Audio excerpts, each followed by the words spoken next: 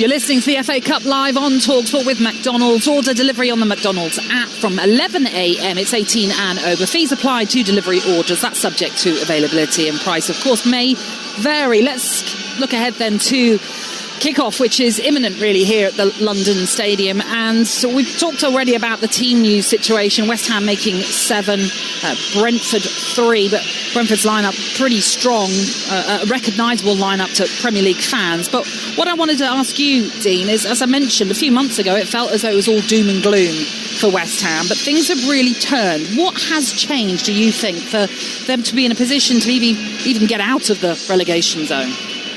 Well, I think the business they did in January was absolutely crucial. I said at the time, if they didn't do any business, that would be it, because something needed refreshing. They needed a threat at the top end of the pitch, and also at centre-back they needed somebody that was going to help stop the ball going in the back of the net, because it was just too easy for teams to score. And then your big players need to stand up at the same time as well. So Somerville in particular has been outstanding in this current run that they're on. So all those things combined, obviously still got to give a bit of credit to the manager, because he was under severe pressure when they lost here to Nottingham Forest. But he still backed himself. He carried on with clearly the way he saw the team playing. And all of a sudden, they've done exactly what they had to do, which is get to the point where it puts maximum pressure on the others. They've done that. It doesn't mean the job's over, but at least they've done that. At least they've given themselves a real good shot now of trying to pull away and drag others in. I mean, just from the team news and the lineups that have been announced, you have that obviously feeling that Nuno is very much thinking about the Premier League as opposed to this one. But that's not to say this is a given that Brentford are going to walk this one. Although they did earlier on in the season when they won here 2-0, it was a very comfortable victory. Is it not possible to do both, to have a cup run and also fight for survival? It should be, yeah, it should be. But I think it depends on what you're carrying, the importance of certain players. If you're worried about losing them for the Premier League games, you can't help but think that Nuno has to think about that. And I don't think you could be too critical if he is. So I think he's tried to do the right thing with a slight mix in the team selection this evening. But it's incredible what confidence does to a side, to a player, because even though they've made changes, there's just a different feel about West Ham. There's a different feel about the players, a different feel around the stadium. And so I don't think it really mattered who he picked tonight. The feeling's different.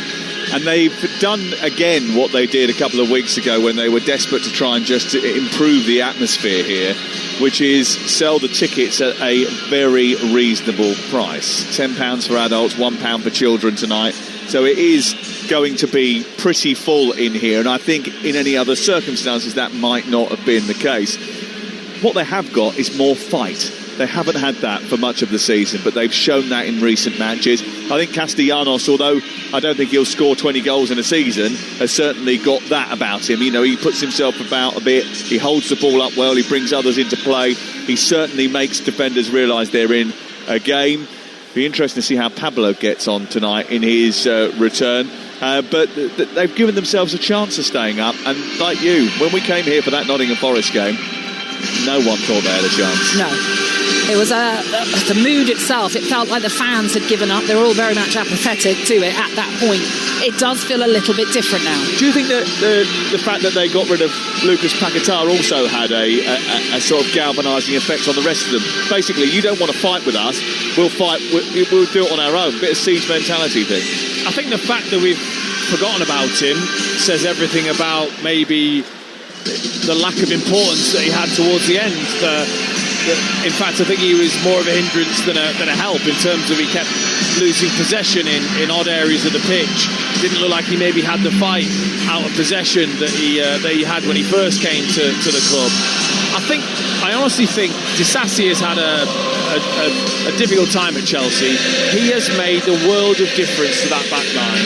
That aggression, the pace, the understanding now with whether it's Mavropanos or Todibo. He has been the key, though, to just make them look more solid at the back and not as vulnerable to runs in behind, which they were with the lack of pace before he came. Well, you can hear the fans the West Ham fans, that is, singing the iconic I'm Forever Blowing Bubbles here at the London Stadium, which still has a number of seats spare, it has to be said, not yet filled, but there is an air of excitement perhaps with this game. You're tuning into FA Cup Live on Talksport with McDonald's. Order delivery on the McDonald's app, that's from 11 a.m, 18 and over. Fees apply to delivery orders, subject to availability. Price may vary. We've quite the week of live football on the Talksport network this midweek, with the start of the last 16 ties in the Champions League, Europa League and Conference League, plus a whole host of Premier League and EFL games coming your way this weekend. Right now, though, it is time for the fifth round to be completed of the FA Cup. The teams are out now, and it's time for us to see who will reach the quarter-finals. Who will take on Leeds then? It is West Ham against Brentford, and your commentary team for this one is the former West Ham striker Dean Ashton, who is alongside Sam Atface. Well, good evening everyone, and welcome to the London Stadium. As Natalie says, there's a few empty seats in the top areas of the Billy Bonds stand and the Sir Trevor Brooking stand, and in the Bobby Moore stand away to our left-hand side, but the front section's starting to fill up, and after a weekend of thrills and spills in the FA Cup, the fifth round reaches its climax here. Saturday delivered goals and drama, but largely followed the script. Sunday, well, that's when the magic happened. Southampton stunned Premier League Fulham. Port Vale knocked out Championship Sunderland, and the reward for both of them is to face two London giants in the quarter-finals of this competition. Now it's West Ham's turn to host Brentford in an all-Premier League derby for the right to face Leeds United at home in the next round of the competition. Nuno Espirito Santo's side in a relegation battle, 18th in the table, 2 points behind Nottingham Forest, 11 games to save their season, but they found something recently. 6 wins from their last 10 games, a 4-game unbeaten run at home, and last week's 1-0 win at Fulham. Absolutely crucial. For the Hammers, a cup run might be seen as a distraction, but for Brentford, now one of the biggest clubs in the country without a major trophy, it's an opportunity. West Ham haven't reached the quarter-finals in a decade. Brentford haven't been this far since 1989. Someone's wait ends tonight. Referee is Andy Madley. VAR is Konstantin Hatzidakis. And actually, he's an assistant referee. The VAR assistant is Stuart Atwell tonight. He's usually a referee. That's interesting because often it's thought that the assistant refs have better eyes than the main referees because they're used to looking at tight offside calls. So they tell me anyway. West Ham United in claret shirts with white shorts and white socks, only out of the relegation zone on goal difference, take on a Brentford side in light blue, and they smash the ball immediately high up towards the centre-backs and test the resolve of Kostas Mavropanos. He deals with it well. It's back inside the Brentford half, and they have possession with Collins immediately releasing the ball down the left to Kevin Schade, and he gets the first shot on goal, which is narrowly over the top, but it signals the intent of the visitors.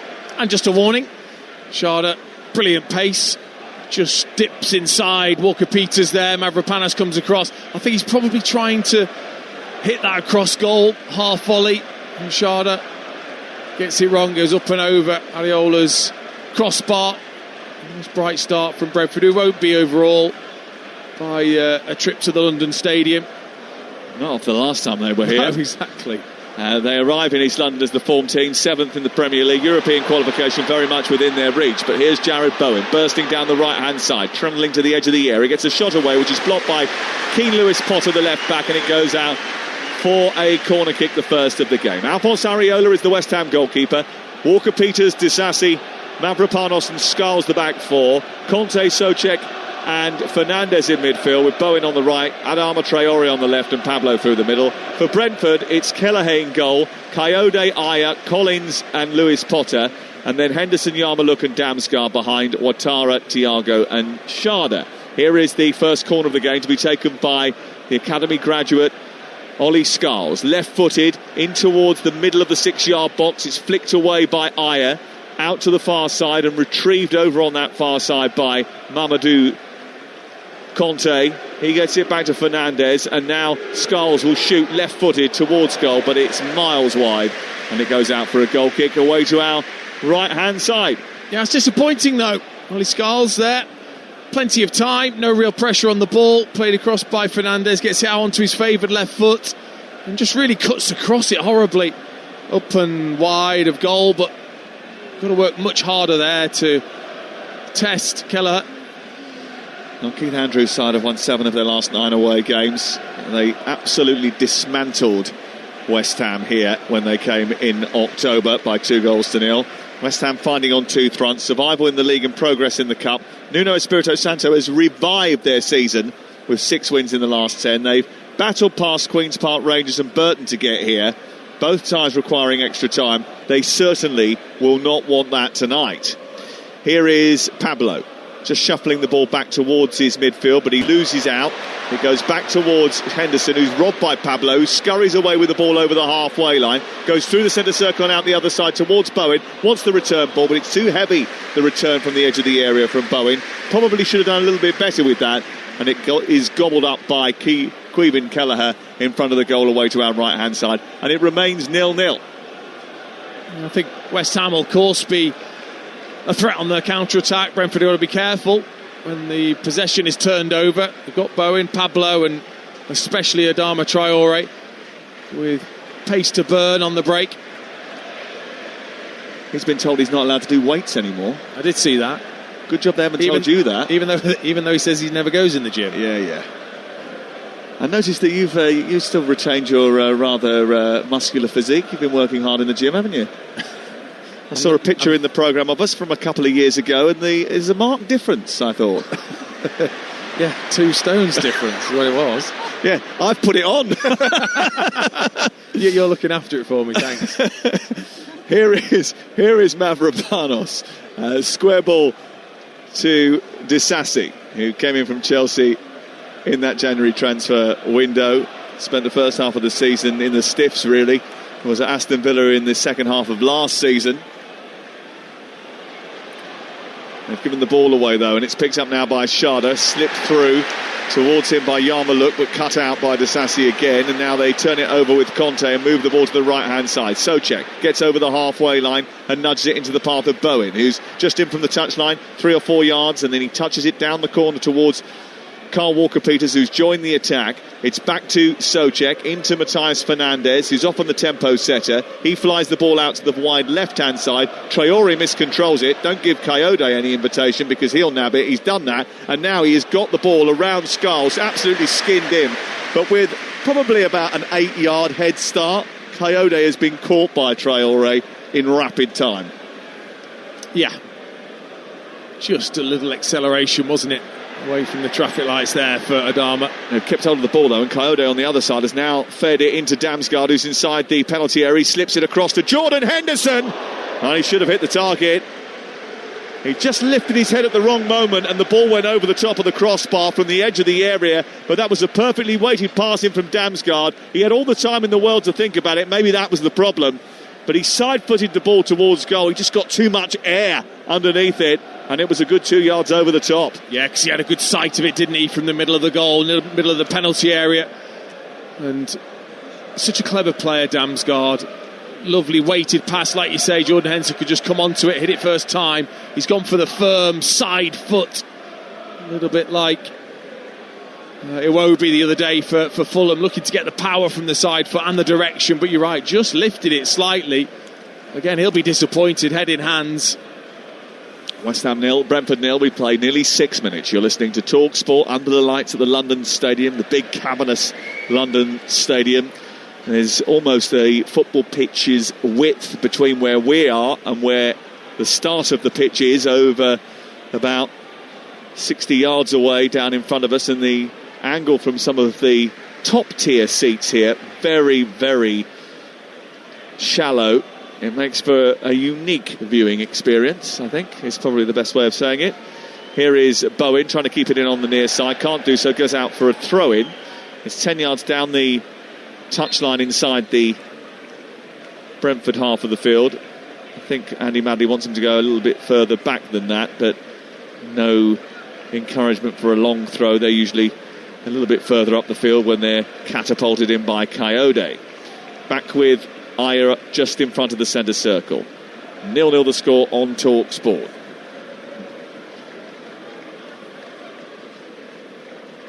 Ball collected on the left-hand side by Lewis Potter, who lifts the ball over the top down into the inside left channel. Thiago scurries forward and tries to reach it. He sprinted to try and get on the end of that, the Brazilian, but hadn't quite got the pace to do so. It ran off the turf and out for a goal kick away to our left-hand side.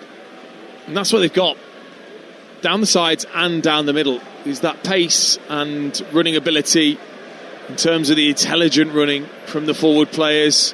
Sharda, Thiago and Ouattara will all look to get in behind for Brentford. Well, we need to improve what we've done in this competition, says Nuno Espirito Santo.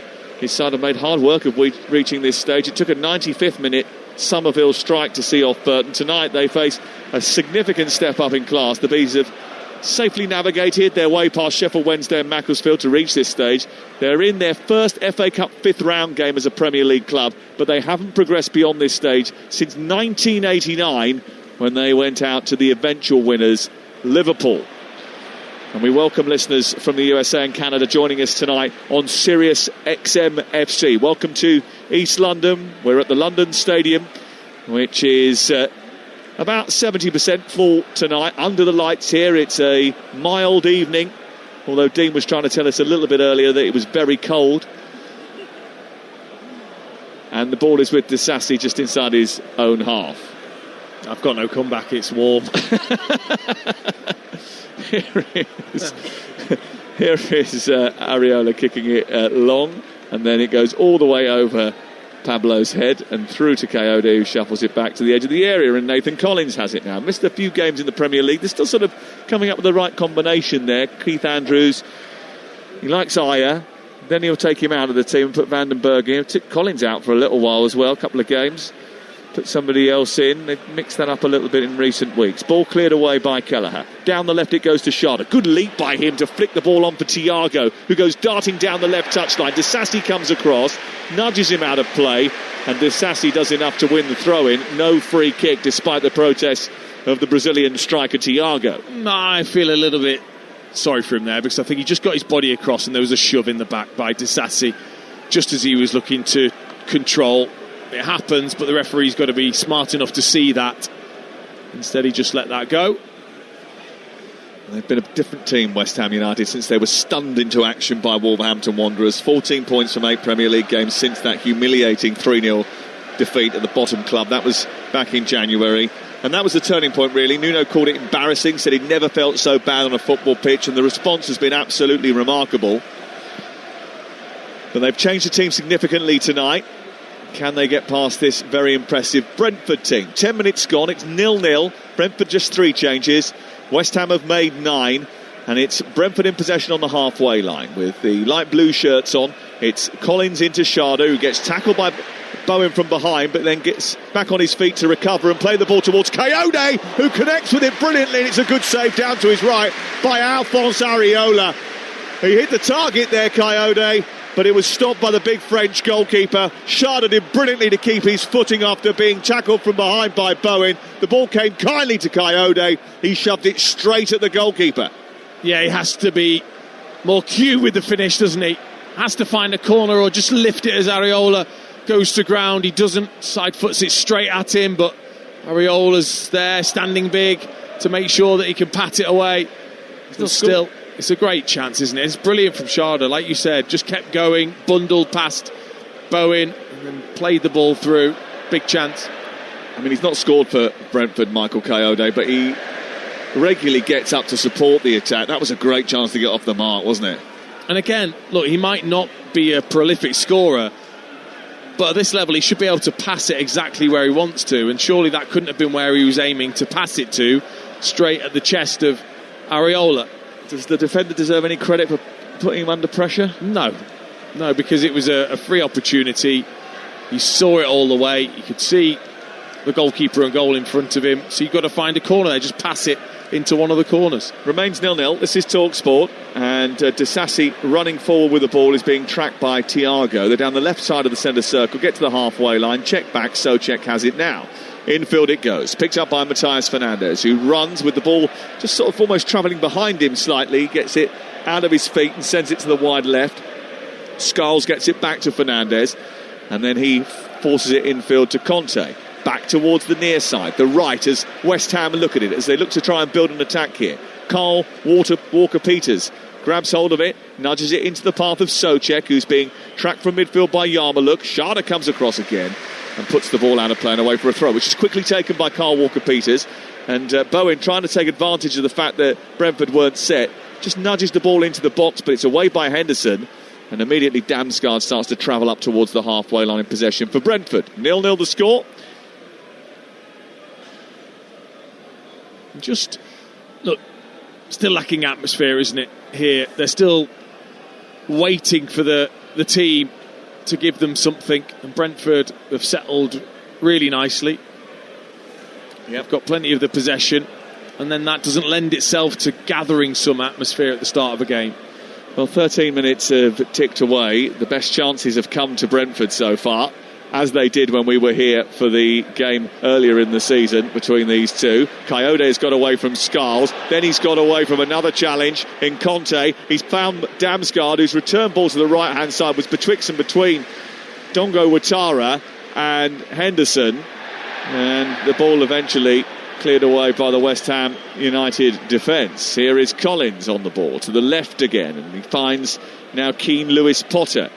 Ouattara at the back post. Thiago is in there as well. Thiago moves towards the far post. The ball goes towards him, away by Disasi, won by Collins ahead of Pablo. But Pablo does well to show his strength and nudge it back, and the Irishman gets a little frustrated, shoves him, and the ball ricochets into the path of Carl Walker-Peters, who plays it against the legs of the Ukrainian Yarmouk, and it's out of play and away for a throw-in inside the West Ham half of the field. 14 minutes gone, and no Somerville tonight. He's been in sensational form, 7 goals in 2026. Only Manchester City's Semenyo and João Pedro of Chelsea have scored more since the turn of the year. He's been involved in all 3 of West Ham's FA Cup goals this season, and there was always going to be the temptation to rest him tonight, but by not selecting him this evening, is there a chance that they might just check a little bit of momentum?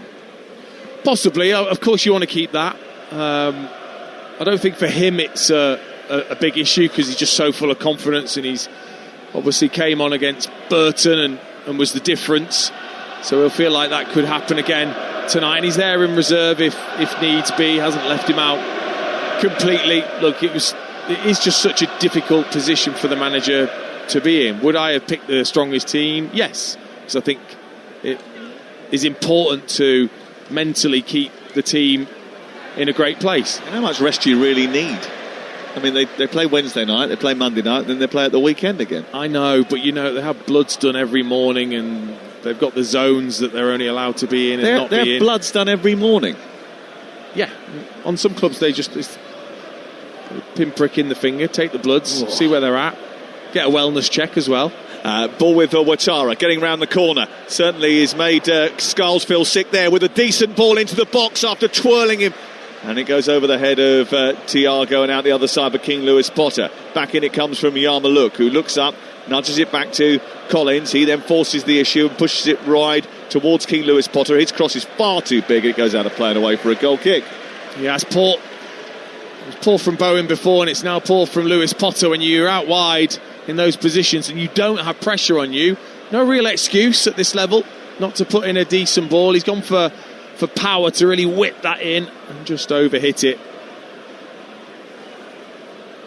Nuno Espirito Santo, conversation with the members of his coaching staff as he tries to find a way to get West Ham on the front foot in this game. They've been largely rather submissive, actually. They haven't really taken the game at all to Brentford, who have really just sort of seemed to be waiting to get their opener. Here is Damsgaard. Lack of quality in the final third has cost them so far. 0-0 the score, 17 gone. Talksport under the lights at West Ham's London Stadium. Here is Henderson, back out wide to Coyote. He's got Dongo Ouattara further down the touchline, but he goes back to Henderson instead. Henderson into Ouattara, little back heel into the path of Damsgaard, and then he looks for the return but runs out of room, and it's out of play over on the far side. Well, tomorrow morning 6 o'clock when you wake up, Big Al will be at Cheltenham. Dean Saunders will be there. And AP McCoy will be part of the show. Mark Lawrenson's coming on, Sebastian Bassong, Lee Clark, Gordon Smith, Patrick Mullins, Rupert Bell, all part of the breakfast show tomorrow morning from 6 a.m. Looking forward to that. And it's live from the Cheltenham Festival. Good turn and run by Adama Traore. Picks the ball up, runs from halfway, shoots from the edge of the area. And it's down low and hard, but misses the target. It went wide of the right-hand upright and fizzed beyond Kelleher's goal and out for a goal kick. It was a strong and powerful run, as you would imagine. He spun away from Coyote on the halfway line. Diagonally, he ran to the edge of the box, and then with his right foot, he sort of dragged it wide of the post. He never really had conviction in the finish. Well, he's 30 now, and we say the same thing every season with Adama Traore. Absolutely magnificent turn. Wonderful amount of pace on the run. Gets towards the penalty area and just really lacks that composure and quality with the strike. He's on the ball again now on the left-hand side inside the penalty area after giving it by Conte, who gets it back edge of the D. He goes to shoot, then slips, plays it towards Souček. Poor ball infield, and it's nabbed by Henderson, and the frustration is there for all to see. First proper bout of possession inside the Brentford final third for West Ham, who come forward with Pablo, edge of the box, left-footed shot, takes a deflection, bounces out, and it's away for a corner for West Ham United. Yeah, and they got what they wanted in the end, the West Ham supporters, which was a strike on goal from Pablo. Took it upon himself to get the strike away, just twisted onto his left side and struck towards goal. Higher it was with the deflection behind for a corner. But someone's got to take responsibility earlier, whether it's Conte or Souček, when the opportunity opens up to strike instead, passing to a teammate. Yeah, it was an uncharacteristic poor ball. Very easy ball to play for Souček, and he just got it all wrong. Second corner of the night for Ollie Scarles to deliver this one to the near post, away by Thiago, who's positioned there well for Brentford. Back out towards the angle of the penalty area. Fernandez with the cross. It's down by Souček, poked in by Bowen. It's 1-0 West Ham United. Brilliant delivery by Fernandez from the angle of the penalty area on the right-hand side with his left foot. He found Thomas Souček, who nodded it down, and you guessed it, Jared Bowen was there, and West Ham United lead by a goal to nil. Well, he is somebody that knows what it's like to score a winner in a cup final. I bet he's got that hunger again in the FA Cup, because he's so alert.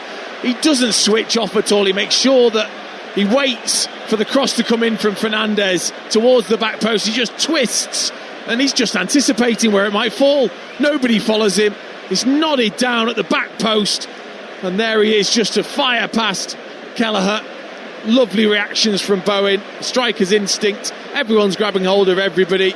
Souček onto Aya, and then Bowen just pokes home.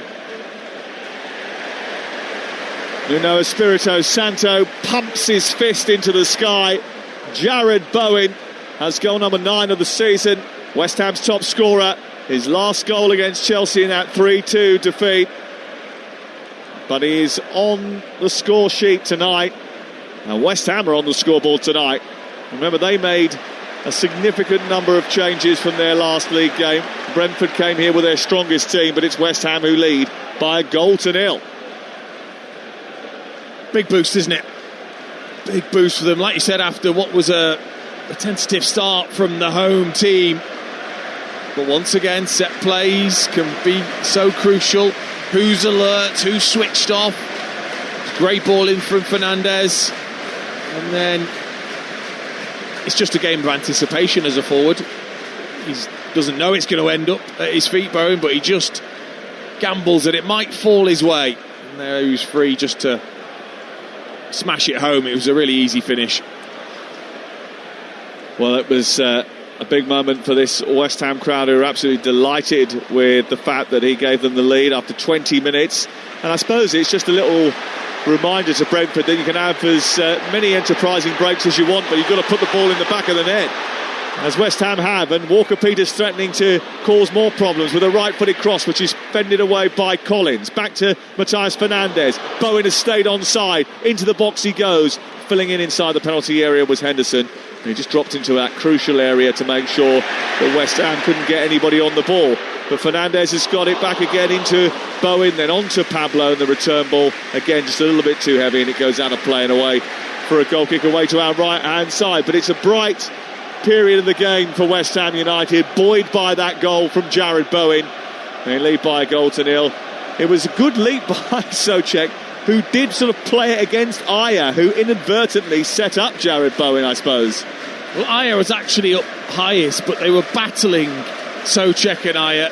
Souček just gets the initial glance. It hits Ajer on the cheek and then just softly falls down for Bowen to smash home. Well, Brentford need to find some inspiration somewhere and try and come back from this deficit. West Ham lead by a goal to nil, and at the moment it may be them who are hosting Leeds United on Easter weekend in the FA Cup quarter-finals. Here is Christopher Ajer on halfway. The former Celtic defender plays it wide to Coyote. Coyote back to Ajer. West Ham will be absolutely delighted if they can get through tonight, because again it will be another little feather in the cap, a bit more momentum, the whole squad involved as well, which is really crucial at this stage of the season. I think if you're Brentford and you don't get through tonight, you will definitely see it as a missed opportunity, as I think Fulham did yesterday. I was at Fulham yesterday and I couldn't believe that they wasted that opportunity. OK, the team that they put out probably should have had enough to get past Southampton, but didn't. 9 changes, and then they waited so long to make so many changes towards the end of the game. They left Josh King on the bench for so long in that match, and he was their best player in midweek against West Ham.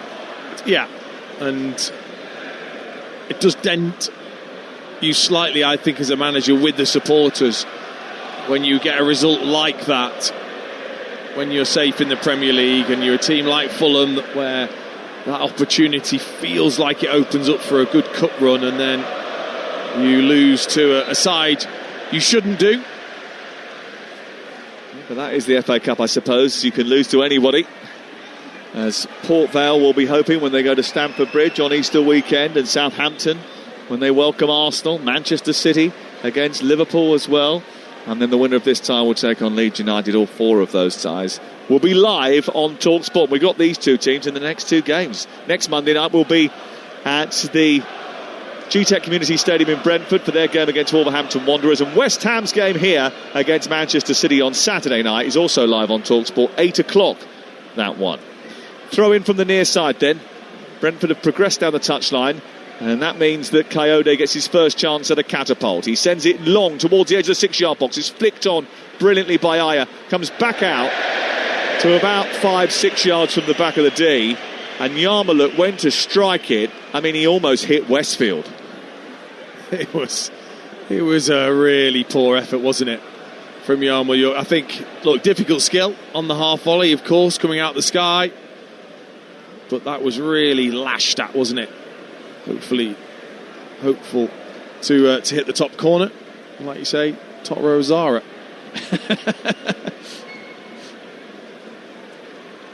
Here is Traore getting the ball back into Conte. Lovely flighted ball out towards this near side. He's a lively little player, isn't he, the 20-year-old from France that they picked up from Paris FC. Into Fernandez, back to Souček. He's long and rangy, he's got good speed on the ball, he's got good range of passing as well. Wearing number 55, he's very tall and he's got a good physique. I think he's going to end up being quite a useful player for West Ham United in the future. Certainly got all the hallmarks and a good deal of potential.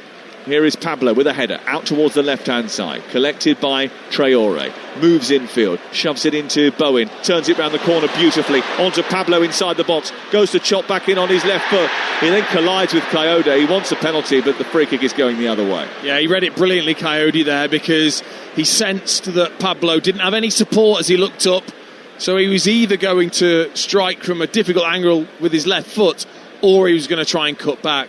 And as he did try to cut back, Cody read it brilliantly and just stepped across, defended it really well. He's been another smart acquisition by Brentford, hasn't he, since he come in from Fiorentina on loan last year and then permanently. Brilliant fullback on that right-hand side. They've had to do a bit of sort of sticking plaster job on the left-hand side with Rico Henry only just coming back from a long-term injury and taking time just to get back up to full speed. Here is Yarmaluk out towards the right again. This is Dongo Watara trying to get beyond Ollie Scarles. He's been in good form as well. He's flying, nominated for Premier League Player of the Month after 2 goals and 2 assists in February. He's one of the in-form wingers in the division. He's won a throw-in over on the far side, which they've taken short. Watara's got it back. He's beaten Ollie Scarles, sent it into the middle, and it's headed home by Nathan Collins off the goalkeeper and in. And they're complaining, West Ham, that the goal shouldn't stand, but the referee has given it, and Nathan Collins thinks he's got his 3rd goal of the season. The cross from the right-hand side from Watara. Now, the referee, Andy Madley, is just speaking to his VAR tonight, Konstantinos Hatzidakis, and he may well be disallowing this goal. Well, I think it hits Thiago, who's right in front of Areola. Whether he's offside, I'm not too sure. We'll wait and see.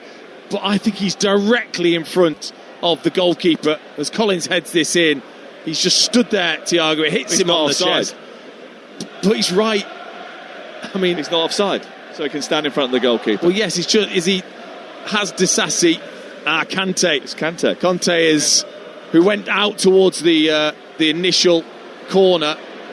Oh, they're now checking it for possible handball.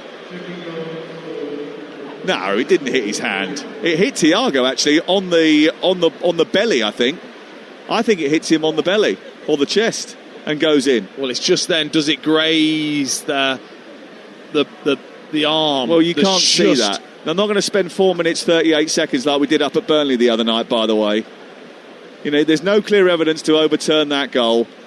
He is onside because Conte had stayed in and played him onside. You could see that from the first replay. Crack on, fellas, it's a goal.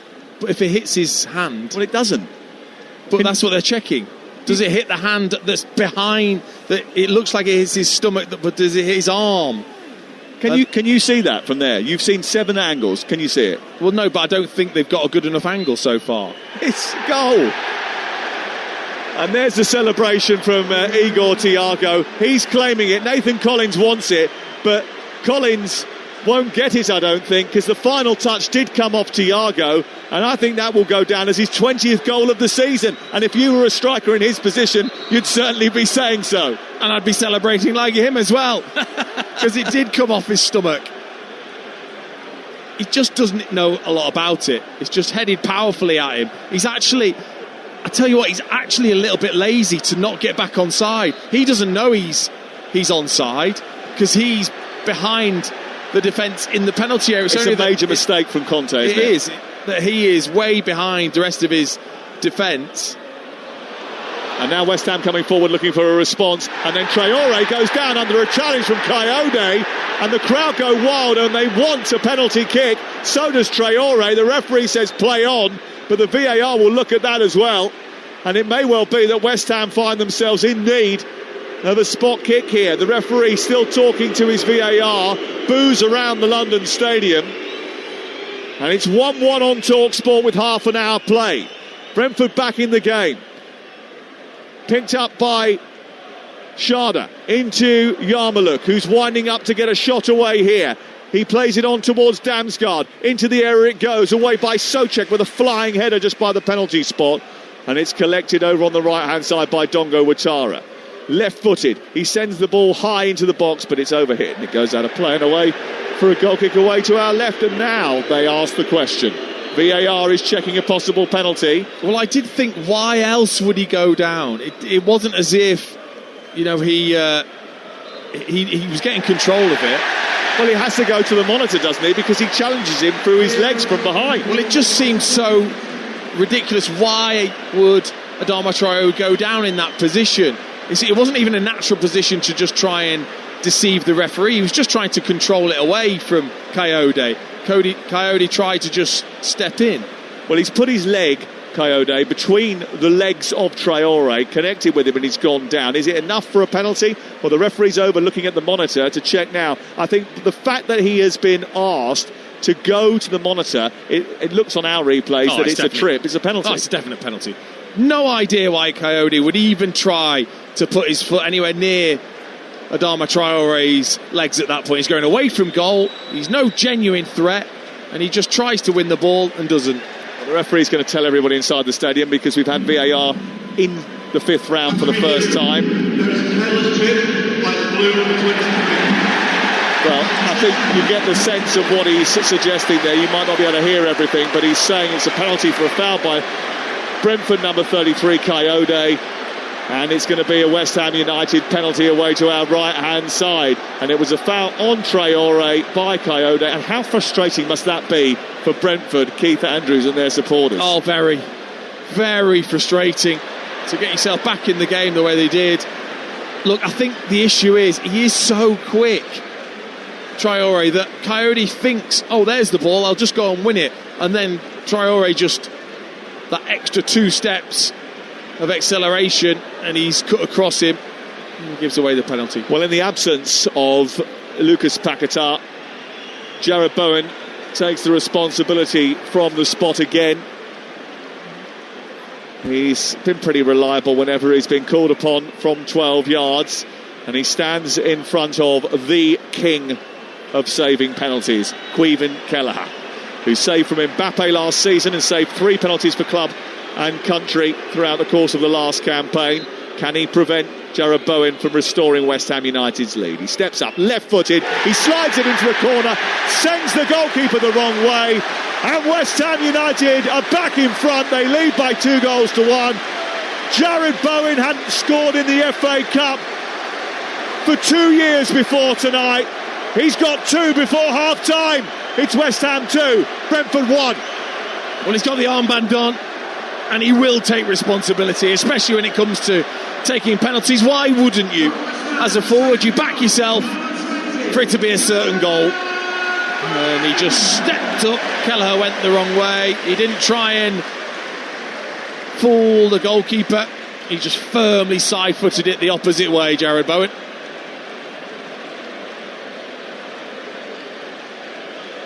Well, that was a goal of Brentford's own making. The foul by Coyote, completely unnecessary. And the penalty beautifully dispatched by the West Ham United captain. And it's 2-1. And it's a good old cup tie. Henderson gets the ball back from his goalkeeper and then shovels it back into the path of Ayer, and immediately the hunt is on, and Conte has got it back and he sends it centrally after winning it high up. It bounces off Ayer, goes behind. It's away for another corner. It does feel different, doesn't it, inside this stadium now? West Ham have started to play a bit and put pressure on the Brentford goal. Yeah, certainly. Like I said before, the first goal, these supporters need a little something, and then they'll be behind the team. And they've got that. I tell you what, they'll love him as well. Conte, if he continues to do that sort of work, chasing down and winning it high up. He's terrific, isn't he? Tonight he's really put himself about. Here's the corner. It's a poor delivery in towards the near post, shoveled away by Ouattara. Walker-Peters then makes a terrible mistake and sends the ball backwards rather than forwards. Thiago is going to close down the goalkeeper here and try and cut off the route back to Areola. They found him anyway, and he does manage to clear upfield towards Bowen. Well intercepted in midfield by Yarmouk, who turns and runs away from Pablo, then runs straight into Bowen and gives it back to West Ham, who come down the right now. Adama Traore bursts into life. He grabs hold of the ball. He faces up the defender. He's looking for someone to pass it to inside the box. He's still waiting. He's now got 2 for company. And then he eventually just tucks it back to Kyle Walker-Peters. He kept hold of it for a little while there, though, Adama Traore. And there's 10 minutes to go before half-time. We've already had 3 goals. Here is Souček just slipping at the vital moment, but Conte has picked it up. He travels forward. He's got space outside on the left for Skulls. Skulls cuts in, plays it down the left towards Pablo, just again overhit slightly, and it goes through into the arms of Kelleher. But it's still 2-1 to West Ham United, who are playing with a little bit of confidence. Yeah, nice movement from Ollie Skulls there to receive and just take it inside in one move. Just overhits it towards Pablo. It's given them a real lift. To tell you another player that's just been terrific in this run is Fernandes in midfield. Yes. Starting to demand the ball, and teammates recognising what an influence he's having, popping it into him at every opportunity for him to start an attack. Well, he's starting to show why they spent so much money on him when they bought him from Southampton in the summer. And they needed to revamp that midfield, and they're slowly but surely getting the fruits of that. And here is Keane Lewis-Potter getting the wrong side of Bowen and into the box now, dancing his way through, and he goes past the defender. A little leg came out there, and he did go over, but he never even asked for a penalty.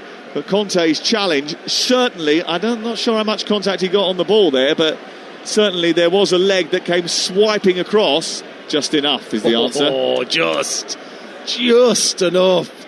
Real risky challenge, Conte, but I guess those long legs of his were just able to stretch and get a touch, a vital touch. I'd have missed that by about 3 yards with my legs. Here is Henderson. You would have got there. Big, strapping, tall lad like yourself. Here is the corner from Henderson. Deep ball towards the far post. Ariola's going to claim that rather easily. It's now a few disappointing set plays, corners from both sides. He worked so hard on it, so important.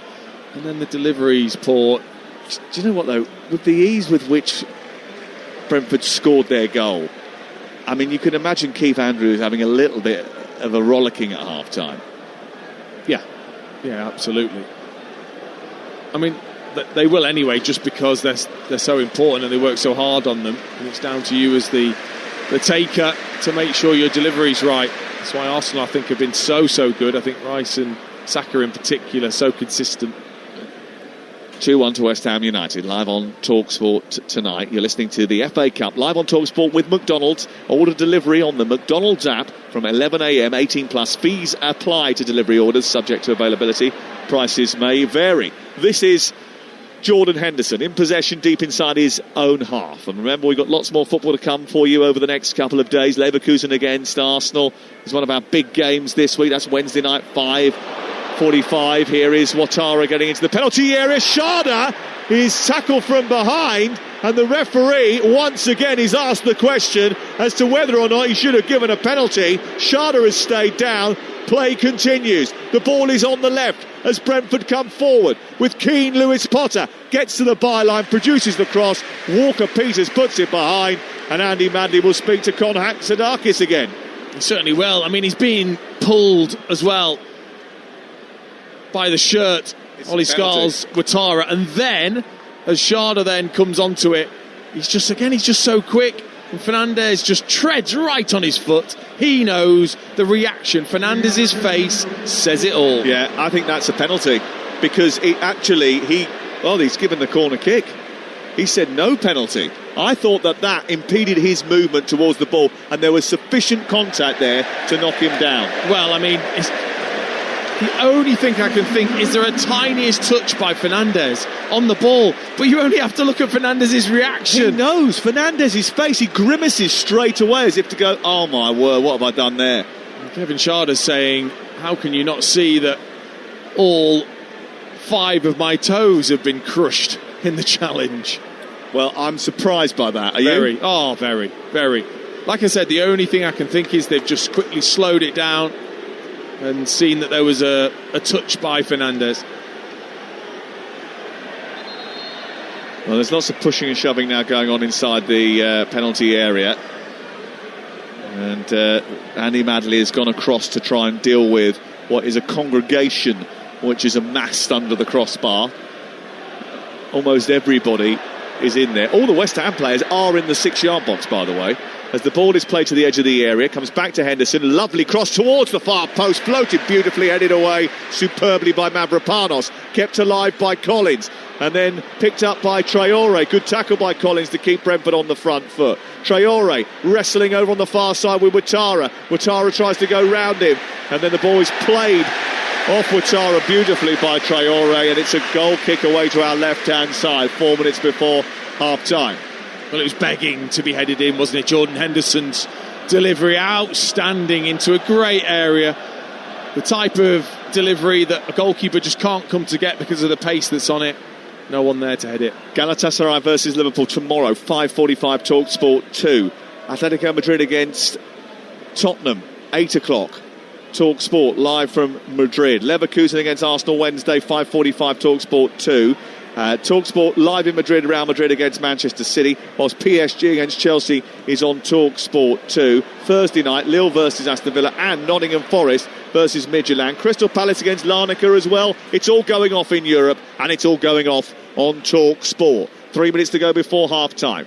2-1 the score in favour of the home team West Ham United, who made significant changes to their lineup tonight. Brentford went with arguably their strongest team, but it's West Ham that are in front, but maybe they're in front only because the VAR declined them a penalty which maybe he should have given. Here is Ayer, away from Pablo. He charges into midfield.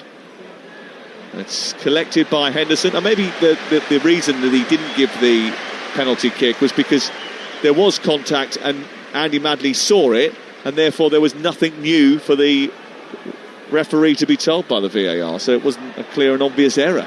He did see contact, maybe, I don't know. Might be an explanation. Possibly. Coyote out towards the right. Ouattara in a bit of space, tries to take on Scarles, who does well, flicks the ball up, heads it down, keeps it under control, then loses control of it and puts it out for a corner over on the far side with 3 minutes before the end of the first 45. And Brentford will try and make the most of these set pieces because they haven't as of yet. Yeah, he's frustrated there, Scarles. He knows he didn't need to give that corner away. He just miscontrolled right at the last moment. And again, Collins and Ayer will come up and flood that 6-yard area. 2 on the score. West Ham United in front, and the West Ham players all inside the 6-yard box again as Collins gets up furthest and heads the ball down towards the far post. It's cleared away. Comes back to Yarmouk, who gets it back to Collins, who into the danger zone, heads the ball down. Cleared away by West Ham. And Collins is such a threat from set pieces, isn't he? If he gets one on target, it's going to be very difficult to stop. It was good defending on the goal line, I think, by Ollie Scarles, who was back there. Here is King Lewis Potter into Damsgaard. As Brentford come on the front foot again, they're a good 15 yards inside opposition territory. Down the left-hand side, a yard in from the touchline is Damsgaard. Travelling further down that left-hand side was Yarmouk. He's now come infield. Henderson back to the left and Damsgaard. Damsgaard looking for an opening. Yarmouk. Then back to Damsgaard again. And then Yarmouk has gone into the area whilst he waits for a cross to come in. King Lewis Potter plays it back to the playmaker Damsgaard, and then between him and Yarmouk they keep playing it around on the edge of the area. Yarmouk trying to get down the side of the box. He runs out of room really and then forces it off Carl Walker-Peters and out for a throw-in down by the corner flag, and across comes the big Coyote. Yeah, they did really well there, Brentford, just to use the three players. Yarmouk, Lewis Potter and Damsgaard just kept rotating and playing it towards each other, just trying to get the opening. This is right by the corner flag, by the way, this throw-in. And I think goalkeepers think these are worse than corners. Here is Coyote's throw in towards the near post. Flicked on by Ayer, I think it was, at the near post this time. And then helped away. Ayer has kept it alive. The ball's bounced out to the left and Coyote, he's trying to keep it moving. It's gone out for a goal kick, I think, off of Coyote last. And it is going to be back with West Ham away to our left-hand side. But we are going to have 6 minutes of added time at the end of the first 45. I guess just our incidents, but again, I think it's because of the trajectory of the throw-in. You know, it's so difficult to spot as a goalkeeper or a defender because of just how flat it comes in. It's a great little flick from Ayer. Brilliant defending from Souček at the back to get the header away. 2-1. And we're into stoppage time at the end of the first half. Flicked away by Collins. It goes straight out of play and away for a throw into West Ham United. Good 15 yards down the right touchline. Nuno Espirito Santos scratches at his greying beard. Wearing a big stadium jacket tonight, unzipped. Walks back towards the edge of his technical area. And waits for Carl Walker-Peters to get things restarted once again. The signing of 5 players in January certainly have pepped up West Ham United, no doubt. Here is Schade down the left-hand side. Fernandes comes across. Ball collected by Souček, fouled by Damsgaard. I think everyone knows the priority here. It has to be staying in the Premier League, but I think Nuno Espirito Santo also knows that the FA Cup can bring you a bit of momentum. Success obviously would lift this crowd. They've had such a torrid time. The relationship between board, crowd, supporters and players has not been great. He did lead Wolves to the quarterfinals of the Europa League in 2019-20. I was in Duisburg where they played their quarter-final game behind closed doors in what was a one-off game. And that was a significant moment for Wolverhampton Wanderers. This might be a significant moment for West Ham because they've won another corner here. And Jared Bowen just causing a bit of an issue for Nathan Collins, has put the ball behind and it's away for a corner on the near side. Yeah, he struggled a little bit, hasn't he? Lewis Potter at left back. It's one thing playing there, it's another thing playing against a player like Jared Bowen, who's maybe not been in amazing goal scoring form, but in terms of his all-round play and threat, he's always there. Here is the corner then to be taken by Skulls, left-footed. It's a deeper one this time. Souček gets underneath it, hangs it up to the far post, comes down towards Disasi. He tries to get it goalwards, but it came off the outside of his boot, went across goal rather than towards it, but it was a big chance for West Ham United. Still remains 2-1. And we're into the 3rd minute of added time at the end of the first 45. Might have been a foul there by Dongo Ouattara on Jared Bowen. And that's going to be a free kick now wide on the right. Oh, it's a massive chance for Disasi. Not quite sure. Souček who heads it back. I'm not quite sure whether it comes off the crossbar or Kelleher just pats it down to Disasi, hits his thigh, has a real big swing with the left foot, and he just skims the ball and it goes nowhere. Big chance just to smash it into the roof of the net. And he just hits Jordan Henderson in the chest. He's not scored since his loan from Chelsea. Well, not in the right net anyway. He did score an own goal against Liverpool a couple of weeks ago. 2-1 the score. That's a great free kick in towards Souček. Brilliant save by Kelleher down low to his left to keep the score at 2-1. Brilliant. Lovely delivery from Fernandes again, and Souček at the far post with a bullet header down towards the goalkeeper's left. Oh, it's a big save. Oh, it's fantastic. Because it's a magnificent ball from Fernandes. He just cuts across it, fades it in towards the goal. Souček flying, diving header from him. Kelleher gets down brilliantly to his left-hand side. A big firm left hand. It's a big chance. You expect Souček to score then, but Kelleher got down really well. He's a top goalkeeper, and he watched it all the way, didn't he? And it was a brilliant leap from Souček. He just sort of leant into Ajer and got over the top of him, headed the ball down, but there was that big left hand of the Irishman. And he keeps it out, and he keeps the scoreline. Only 2-1. Here is Coyote down the outside right. Ball into the box, headed away by Mavropanos. Sharda trying to get some joy now over on that right-hand side. Ouattara has come out to the left for the last few minutes just to mix things up for Brentford. And now the ball is with Ajer on the halfway line. Into Keane Lewis Potter. Infield he goes to Damsgaard. A little run by Ouattara down that left-hand side. Mavropanos is trying to get there. He does. Puts it out for a throw. That's fine by Brentford because Coyote will come across, and in the last few seconds of the first half, we're into the final 6 of 6 added minutes at the end of the first 45. Coyote will wind up one of his long catapults into the box. Concentration needed always at the end of a half. Just got to get in at half-time if you're West Ham. Thrown by Coyote in towards the near post. It travels a very long way and no one dealt with it. Comes back out to Damsgaard, whose shot is blocked by the muscular Traore. The ball ricochets into the sky and West Ham still haven't got it clear. Conte's chucked it out towards this near side, which means Coyote will have another go just before the end. Yeah, it was really strong defending from West Ham as it skipped through everybody. Just made sure that it was headed away. There was an awkward fall in midfield as Conte went to head. I think it's Jordan Henderson that took a bit of a ride on Conte and then really landed on his elbow, shoulder. It's one of those, isn't it, where you can do yourself some serious damage, maybe dislocate it because of the way that he landed on his elbow. And that is going to be very, very sore, and it's going to mean that we're going to have some extra moments here at the end of the first half so that he can get some treatment. And We should already be in now, really, for the half-time break, but the referee just allowing the treatment for Henderson, because it does look like a bit of a serious injury, this, for the man who's been very impressive in the heart of the midfield for Brentford all season. It's West Ham who lead, though. The 2 goals coming from Jared Bowen. First after 20 minutes.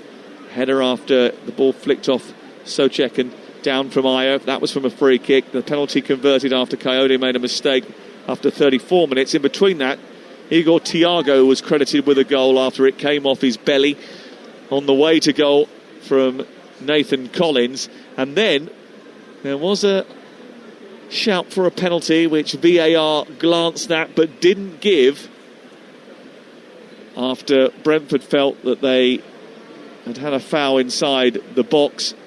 Matías Fernandez looked very guilty. It looked as if he'd stepped on the feet of Kevin Schade, but Konstantin Hatzidakis did not recommend a review. Well, Henderson is back on his feet now. He's going to have to come off to wait for 30 seconds because he's received treatment on the pitch. By the way, they tell me that that's going to be elongated from the summer. I think it's going to be a minute. I think I can agree with that. Oh, just checking. He's coming off, and Coyote is about to throw the ball on. Well, obviously you want it as a deterrent, just to go down and waste time. Jordan Henderson isn't, because he landed like he was doing the side plank, but luckily he's up and looks to be okay. Oh, that's a Jim Buddy reference, that, isn't it?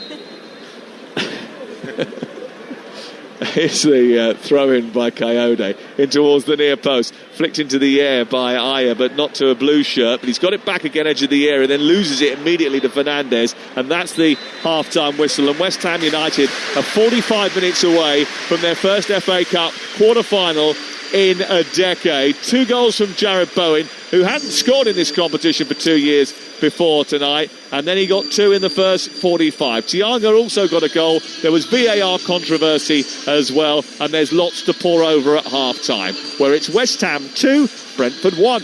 Sam, thank you very much. It's been a good cup tie, certainly here at the London Stadium. But it is West Ham then, who, as Sam says, are just 45 minutes away from booking their place in the quarter-finals. Let's look over that first half then. And as I say, it's been a really interesting, exciting first half. West Ham obviously scoring those 2 goals to give them the lead, but a lot of the focus will be on that penalty that Brentford weren't awarded, with VAR very quickly surmising that there was no penalty. I'm very surprised. Even when I looked at the replay, it looked like a penalty. Fernandez's face said it all. I think he knew he'd given away a penalty as well. And it feels very fortunate that West Ham have got away with that.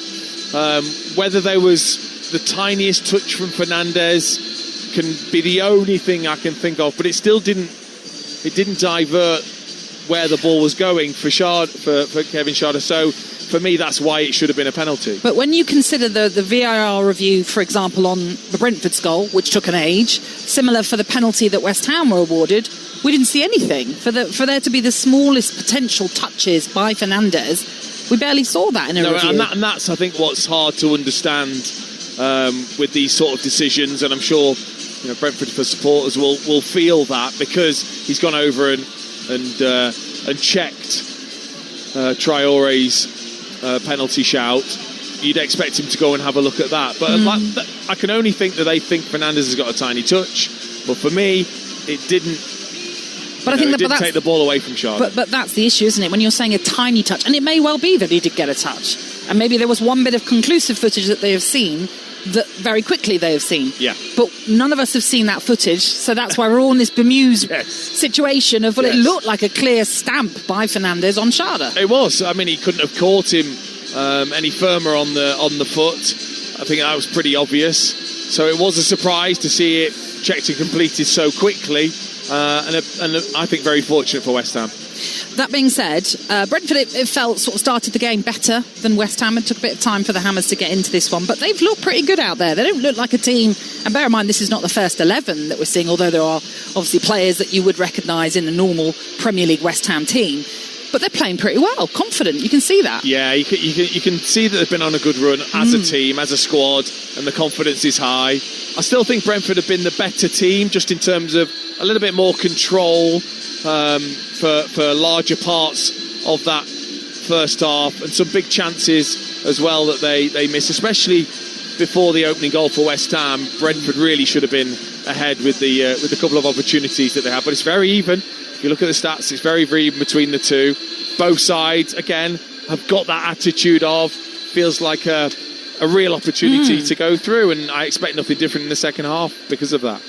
Obviously, West Ham took the lead through Jarrod Bowen, and then we had the Thiago goal, although Thiago wouldn't have known much about it. I sort of skimmed off his chest as it went in off the back of a Collins header. And then we had the penalty that was awarded to West Ham after Coyote had brought down Adama Traore. Now, Coyote is one of these players who obviously I see quite a lot of, being a Brentford fan, who is brilliant and an exciting fullback, but he does have those moments in games where he's a little reckless. And it's those kind of gangly legs of him that causes a few issues, and that's what we saw this evening.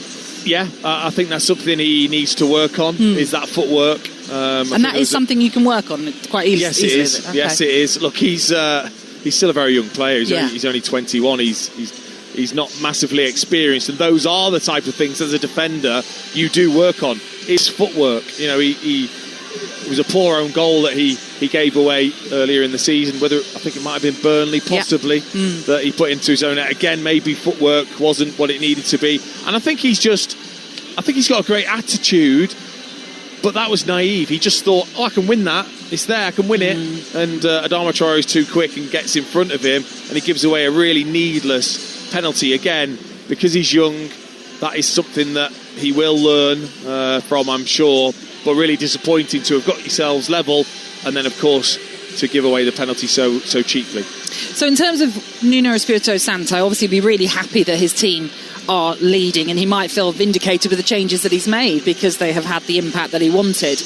But he's not going to be saying to his team, sit back now. You can't afford to sit back, because we have seen Brentford have chances. They've just not been able to put them away. No, and from those set plays and long throws, they've looked really dangerous from most of them. So you can't just rest. I think they need a third goal, West Ham, but that's the benefit of starting with this team and being 2-1 ahead. If you need to in the second half very early on, Nuno can bring on, the likes of Castellanos, Somerville, Wilson to try and get that third goal if Brentford do start the second half well.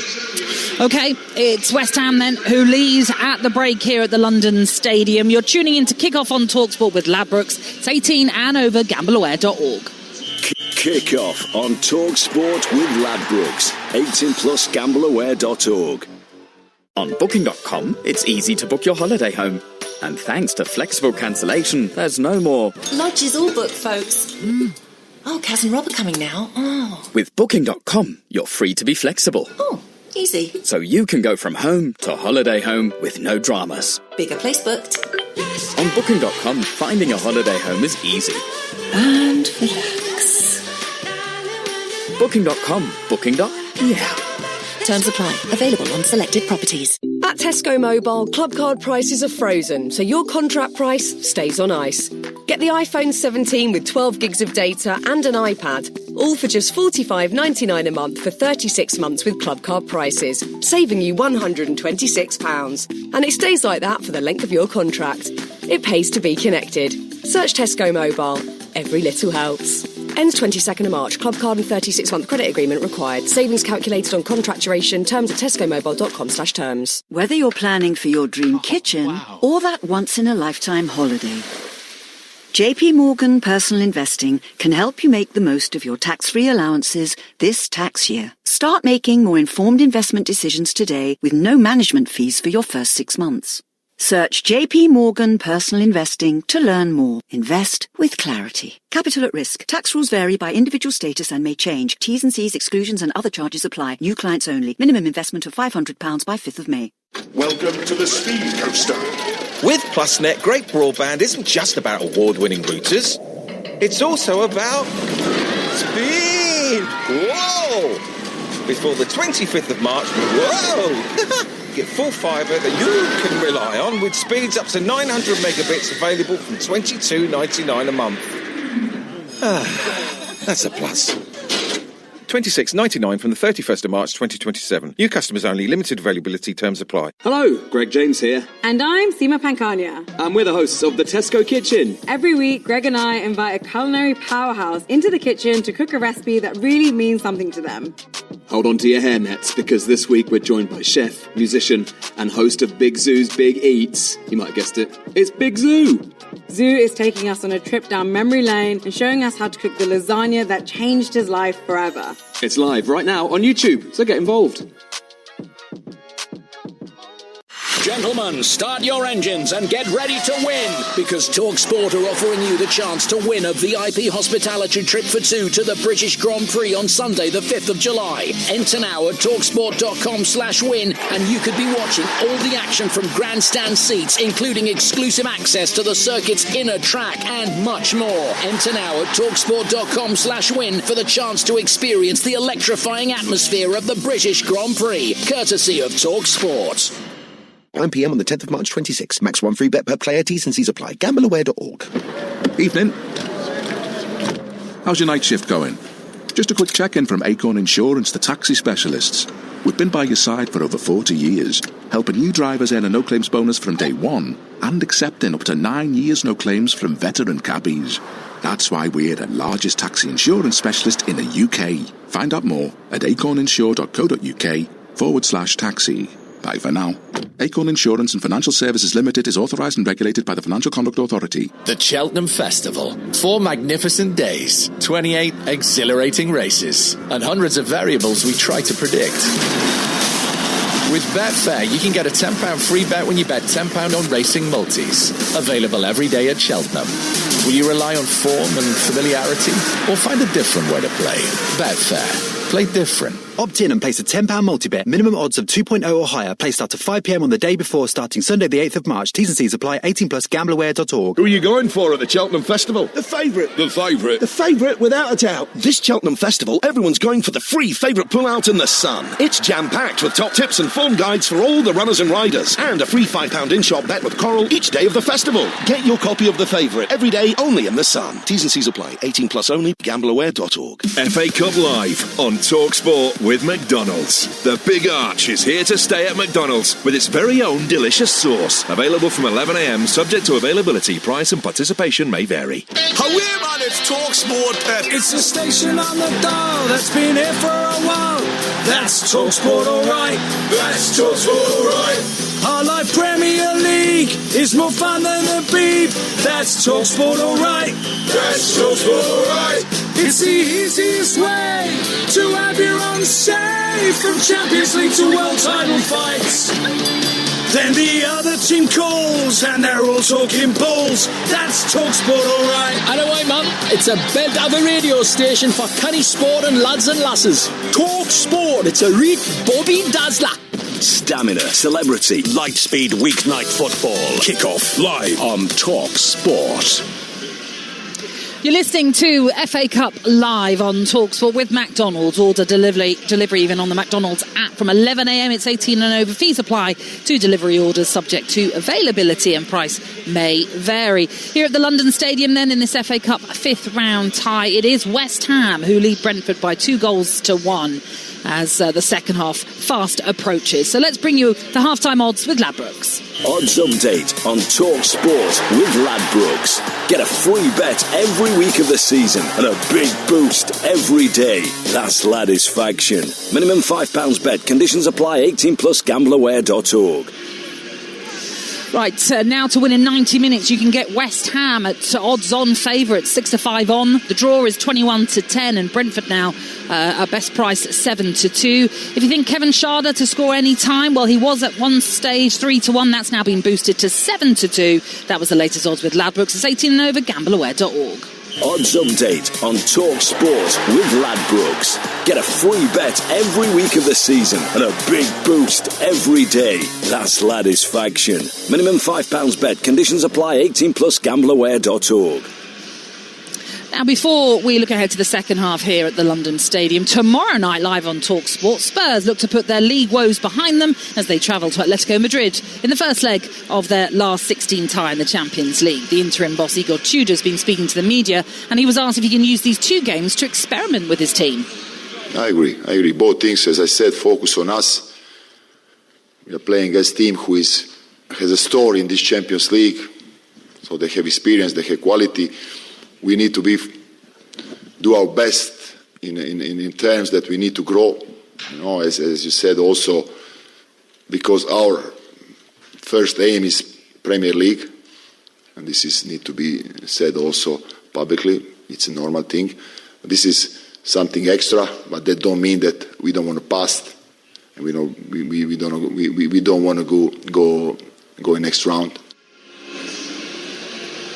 It's an 8 o'clock kick-off live then on Talksport tomorrow night, and Igor Tudor yet to win since taking over as interim manager. 3 games played, 3 defeats. I suppose likewise you could sort of make a similar case for this game for West Ham. Is the Champions League a distraction for Tottenham, Dean Ashton, or actually is it a chance for Igor Tudor to maybe fine-tune something in his Spurs team to get them going in the league? I think right now every game should be an opportunity to turn things around, to get something positive back within the group. Now, I think I've heard that Romero and Jed Spence might be back as well. And they're going to need those top players because, yes, they haven't been up to standard, but if you can get more confidence within the team, they are the better players that will make the difference in certain games. So I think every game is an opportunity right now to get something positive and not worry too much about the negatives. It can't get much worse. It really can't. So you've just got to strive for the positives for Igor Tudor. Well, certainly in Europe it's been pretty rosy for Tottenham this season, having finished 4th in the Champions League phase, and they finished above PSG, Barcelona, Manchester City, Chelsea, for example. Some might debate the opposition that they played in that run. I can see you laughing there, Sam. Go on, say what you want to say. I was just going back to this morning's Premier League All Access podcast, which is available now on the Talksport app or wherever you get your podcast get your plug from. In, eh? But just hearing Alex Crook describe some of the opponents that that Tottenham had during that league phase. They did get a very light run, and that has to be put in context. This is a major step up. I mean, it's an absolutely huge step up for them. And you know what? A bit like tonight, will it help them build momentum? You never know. They're very good at home, Atletico Madrid, though. And although they've had a bit of a Jekyll and Hyde season, sometimes they can look like the best Simeone side that has ever been created at Atletico Madrid, and sometimes they can look like the worst one. And the interesting thing about Atletico Madrid is that, renowned for their defensive prowess, they conceded the most goals of any team in the top 16 of the league phase. Yep. But look, the teams have made their way out here for the second half then of this FA Cup tie, with West Ham leading by 2-1 against Brentford, with a home tie against Leeds awaiting the winners in the quarter-finals. Doesn't look like there are any changes that have been made to these teams then. Or maybe there have. I don't know, have you got your eagle eye out there, Sam? Yeah, I think there might be one. Yes. Ezra Myers is about to come on, I think, for West Ham United, which would be interesting because it would mean that maybe a slight change. Is he going to play at left back instead of Ollie Scarles in the second half, Dean Ashton? I think that's what it feels like, yeah. Ollie Scarles is the one that will be replaced. Whether that was something that was looked at before the game or whether there's just been a slight injury. Somerville was doing an intense warm-up as well at half-time, so whether he's one that's going to come on also. Well, I think he is going to come on, but no one's ready. So we're supposed to kick off for the start of the second half. Those two players are standing on the sidelines. They didn't have their tracksuit tops off. Everyone's ready to kick off. The referee and the assistants on the near side and the far side are all ready to go. And the two West Ham players that are going to come on at half-time are not. That's no surprise these days. The amount of tracksuits they've got to take off, get the shirt on, shin pads in, tie your boots. Well, Adama Traore and Ollie Scarles are off, and on comes Somerville and Myers. And Myers goes to left back, and Somerville, as you can imagine, goes to left wing. So all change down that side of the field, which is interesting. Yeah, it didn't feel as if Brentford were getting all the joy down that side, or there was a big issue in that sense. Maybe going forward there wasn't enough from the left-hand side of West Ham's attack. Well, we'll see what happens after the game when we try and get a word with Nuno Espirito Santo, who is due to talk to us straight after the match. Here's Coyote. No changes for Brentford at half-time. This is how West Ham line up then. They're attacking the goal away to our left. The Bobby Moore stand away to our left-hand side, with Areola in goal, Walker-Peters, Disasi, Mavropanos and Myers the back four. Conte, Souček and Fernandes in midfield. Bowen, Pablo and Somerville now the three-pronged attack. They're in claret shirts with white shorts and white socks, and all in light blue. Brentford attacking the goal away to our right, the Sir Trevor Brookings stand where their fans are housed, and they brought a decent number with them tonight, by the way, Brentford. Excellent support from them. And they have Kelleher in goal. Here is Bowen looking to test him early on in the second half, going down the right-hand side, tucking it back towards Pablo, where maybe the shot was on. It was blocked by the retreating Ayer and cleared away by Brentford, who have Coyote at right back, Ayer, Collins and Lewis Potter making up the four at the back, Henderson, Yarmouk and Damsgaard in midfield, Ouattara on the right-hand side, Thiago and Kevin Schade. What do you make of that chance for Bowen? Should he have pulled the trigger a little bit earlier? Well, I thought he should have gone a little bit more direct at Ayer, rather than cutting onto his right foot and then cutting it back towards Pablo. I just thought, there, go and take him on. That should be where you really thrive, is in that 1v1 situation. Ayer gets himself back, but then Bowen should work a bit harder, I think, to take Ayer on there. Lets him off a bit, I thought. Coyote is going to take another long throw. This time it's from the midpoint of the West Ham half, and he launches it diagonally towards the penalty spot. It causes chaos. It's flicked on by Collins. It's drifted away. The flag is up down in front of us for an offside decision. And Schade is complaining, saying, what, me? No. Free kick has been given on the edge of the 6-yard box.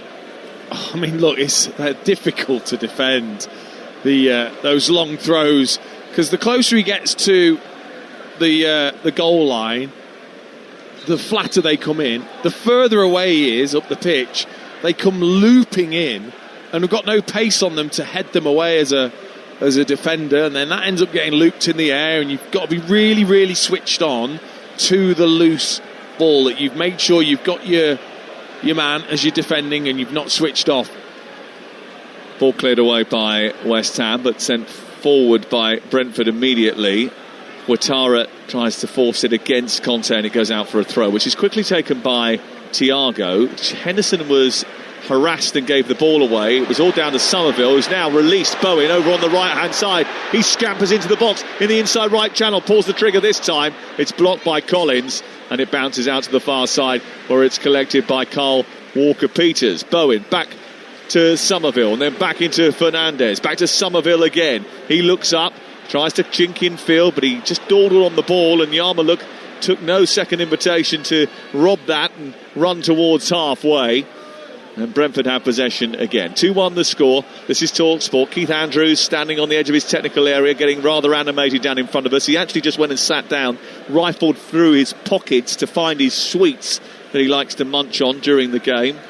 You know when it's like when you put them in one pocket and you can't find it, and he kept rifling through all the pockets, eventually got hold of a handful, and he's now back on the edge of the technical area. And here's Keane Lewis Potter with a cross into the box, which is deep towards the far post. There might have been a little nudge in the back there for Myers on Ouattara, who goes down. The Brentford fans certainly thought that was the case, and Andy Madley is just holding the game here. Yeah, Lewis Potter just cutting in onto his right foot. Ouattara's definitely got ahead of Myers, that's for sure. He's got the run on him. It's just whether he's held on too long. I'm not sure there was really enough. Ouattara, I think he's really looking for that. I don't know what is enough anymore. I don't get it, because I was watching just in front of him, Disasi and Thiago, who either were doing the tango or Disasi was grappling with him maybe a little bit too close. Yeah, I mean, look, physically these players are so athletic, so strong, that usually I think it should take quite a lot for a player to hit the deck. And Ouattara there wasn't enough for him to fall over. Well, it's Talksport and we're live at the London Stadium. We had a really good end to the first half, and the second half has been pretty competitive up until this point. West Ham United fans just trying to raise the temperature away to our left-hand side. Callum Wilson is warming up away to our left. He's just signed a brand new one-year contract, which I think surprised us all a little bit, bearing in mind that at one stage during the January transfer window he was left out because he was basically leaving the club, and there were rumours that his contract had been cancelled.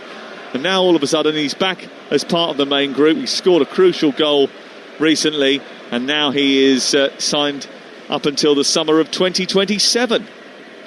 Here is Coyote into Henderson as Brentford look to come forward, and then Somerville commits a foul in front of the dugouts, and that's going to be a free kick to Brentford, 8 yards inside the West Ham half of the field. And we welcome listeners from the USA and Canada joining us live tonight on Sirius XM FC. Thank you very much for joining us and lending us your ears wherever you are in the United States and Canada tonight.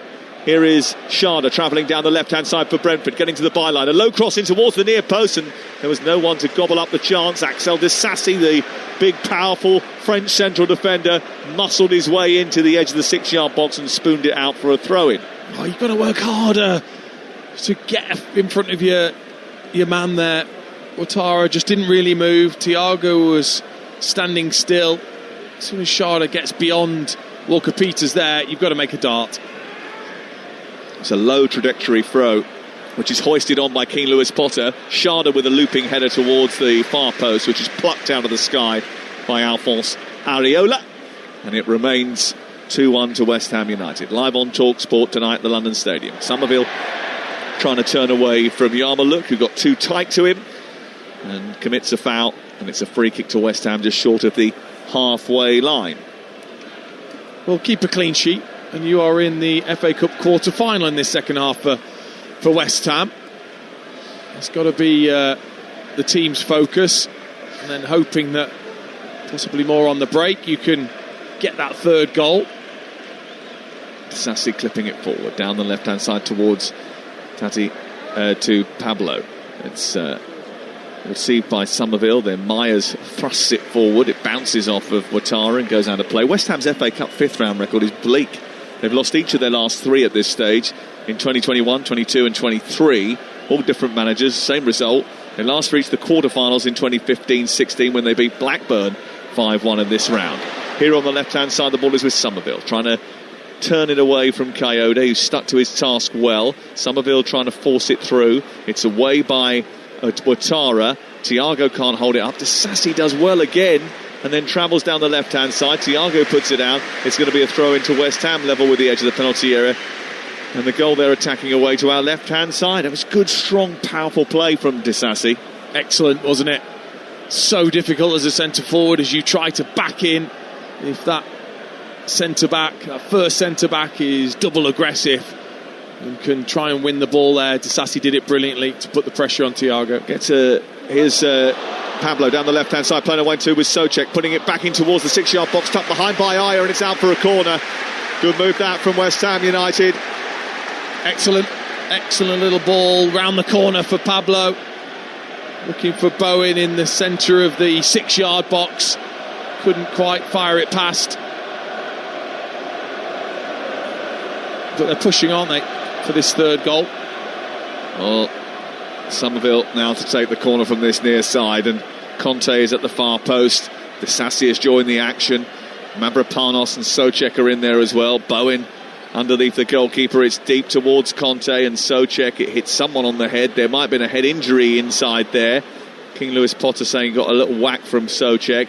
They try to clear it from the left fullback position and Damsgaard, but the ball, I think, already out of play, and it goes for a throw into Brentford deep in the left fullback position. Keith Andrews thinking possibly about making an alteration. Nuno Espirito Santo has already made 2 in the game.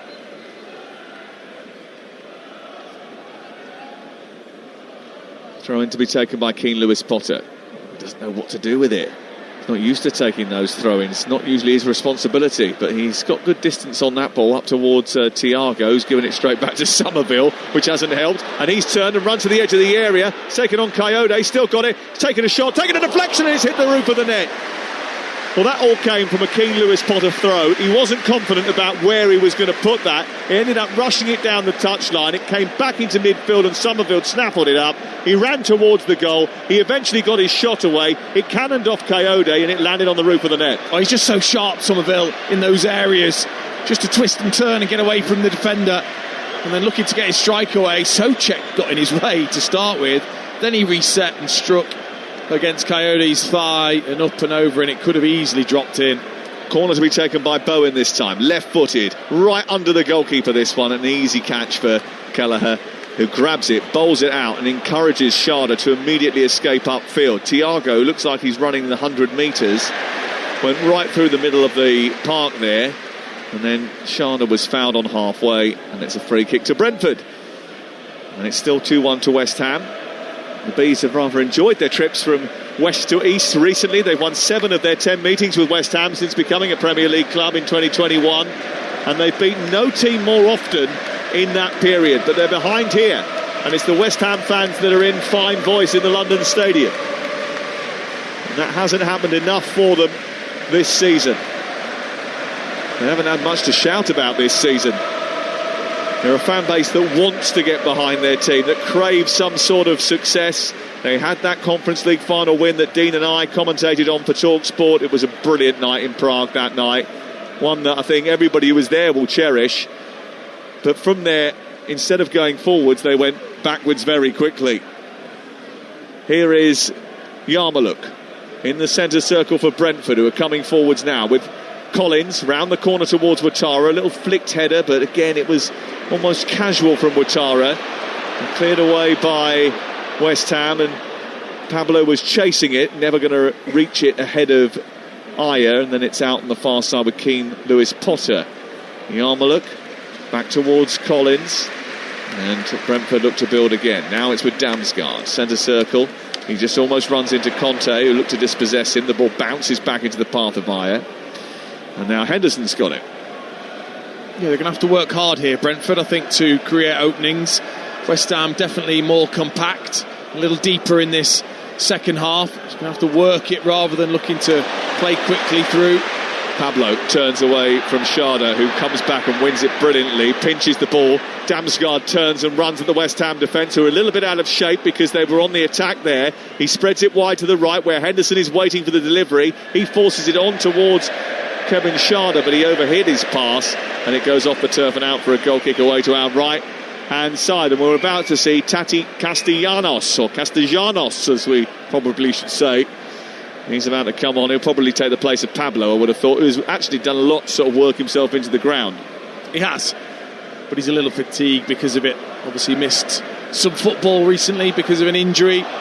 Important minutes for him, but just starting to slow slightly, and when you want to get up the pitch quickly or win the ball back, Castellanos has been excellent at that so far since coming in as a West Ham player. This work rate is phenomenal. Well, the ball's gone out of play and it's away for another throw-in, and Pablo comes off and Castellanos comes on, and he will come and try and lead the line now. Only goals since his move from Lazio have come in the FA Cup against QPR, against Burnley, away from home, and away against Liverpool. But his work rate has endeared him to the West Ham United crowd, and they give him a very warm response as he prepares to come on. His first act really is going to be to help defend another Coyote long throw. He takes 4 steps back from the white line and then launches it high into the penalty area. It bounces past Axel Disasi, and then it's cleared by Bowen, who is standing a little bit deeper inside the box. But a couple of times those balls have got past the first defender and just caused a little bit of panic. But then Brentford haven't been brilliant at sort of reacting to that. and making the most of that kind of second ball that's bouncing around. But you can't keep giving them chances, can you? No, you can't. Here is Bowen over on the far side, the right. King Louis Potter goes to shut him down. It's back infield towards Souček, and then towards the halfway line where it's controlled by the elegant Fernandez. The rather more agricultural Souček draws a foul from Kevin Schade, who's getting a little bit frustrated, you feel. Still, at the moment, I suppose as well, a big talking point will be that VAR check that didn't go in Keith Andrews' favour in the first half. Yeah, it is. It's a big talking point. It feels like it was a penalty. So much contact on Schade's foot from Fernandez, and his guilty face gave it right away.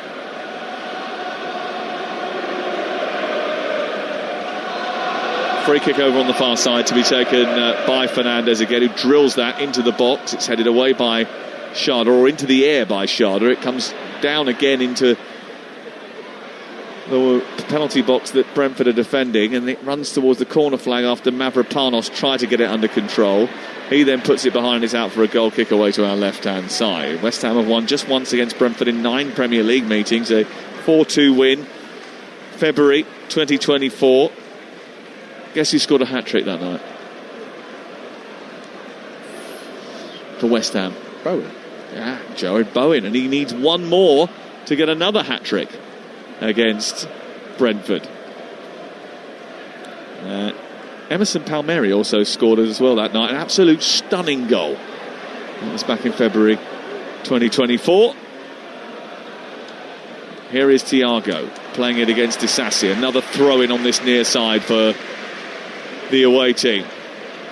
I've enjoyed watching that battle so far. Thiago not going to give up, that's for sure.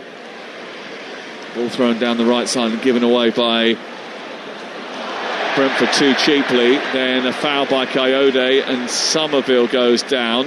Just wonder whether or not Coyote is just walking a bit of a tightrope before he gets a yellow card.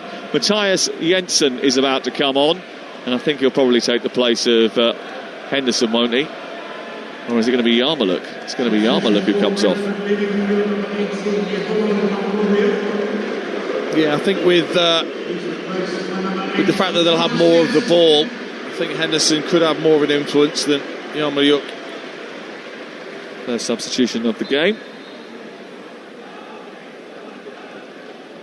Spoke to Matthias Jensen the other week after a Brentford victory, and he was particularly enthused about the way that Brentford were playing. He was captain that afternoon.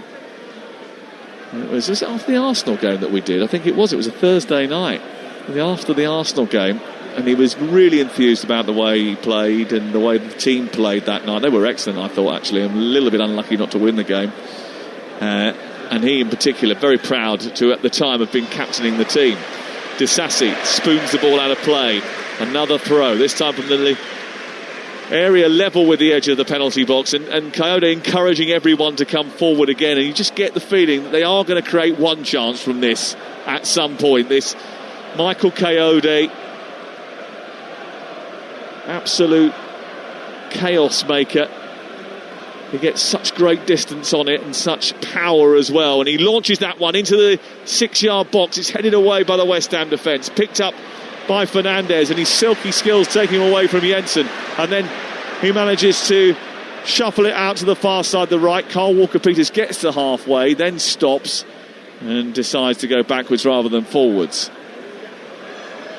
Also, I think as the opposition, it gets tiresome to think, oh right, we've got to set ourselves up again, you've got to get back into position, all line up. It does, and that's where the mental concentration is so important with all of those situations, not to switch off. Well, he had such an influence on the game here in the Premier League. He created 6 chances that night from open play. Forget the stuff he does with his hands.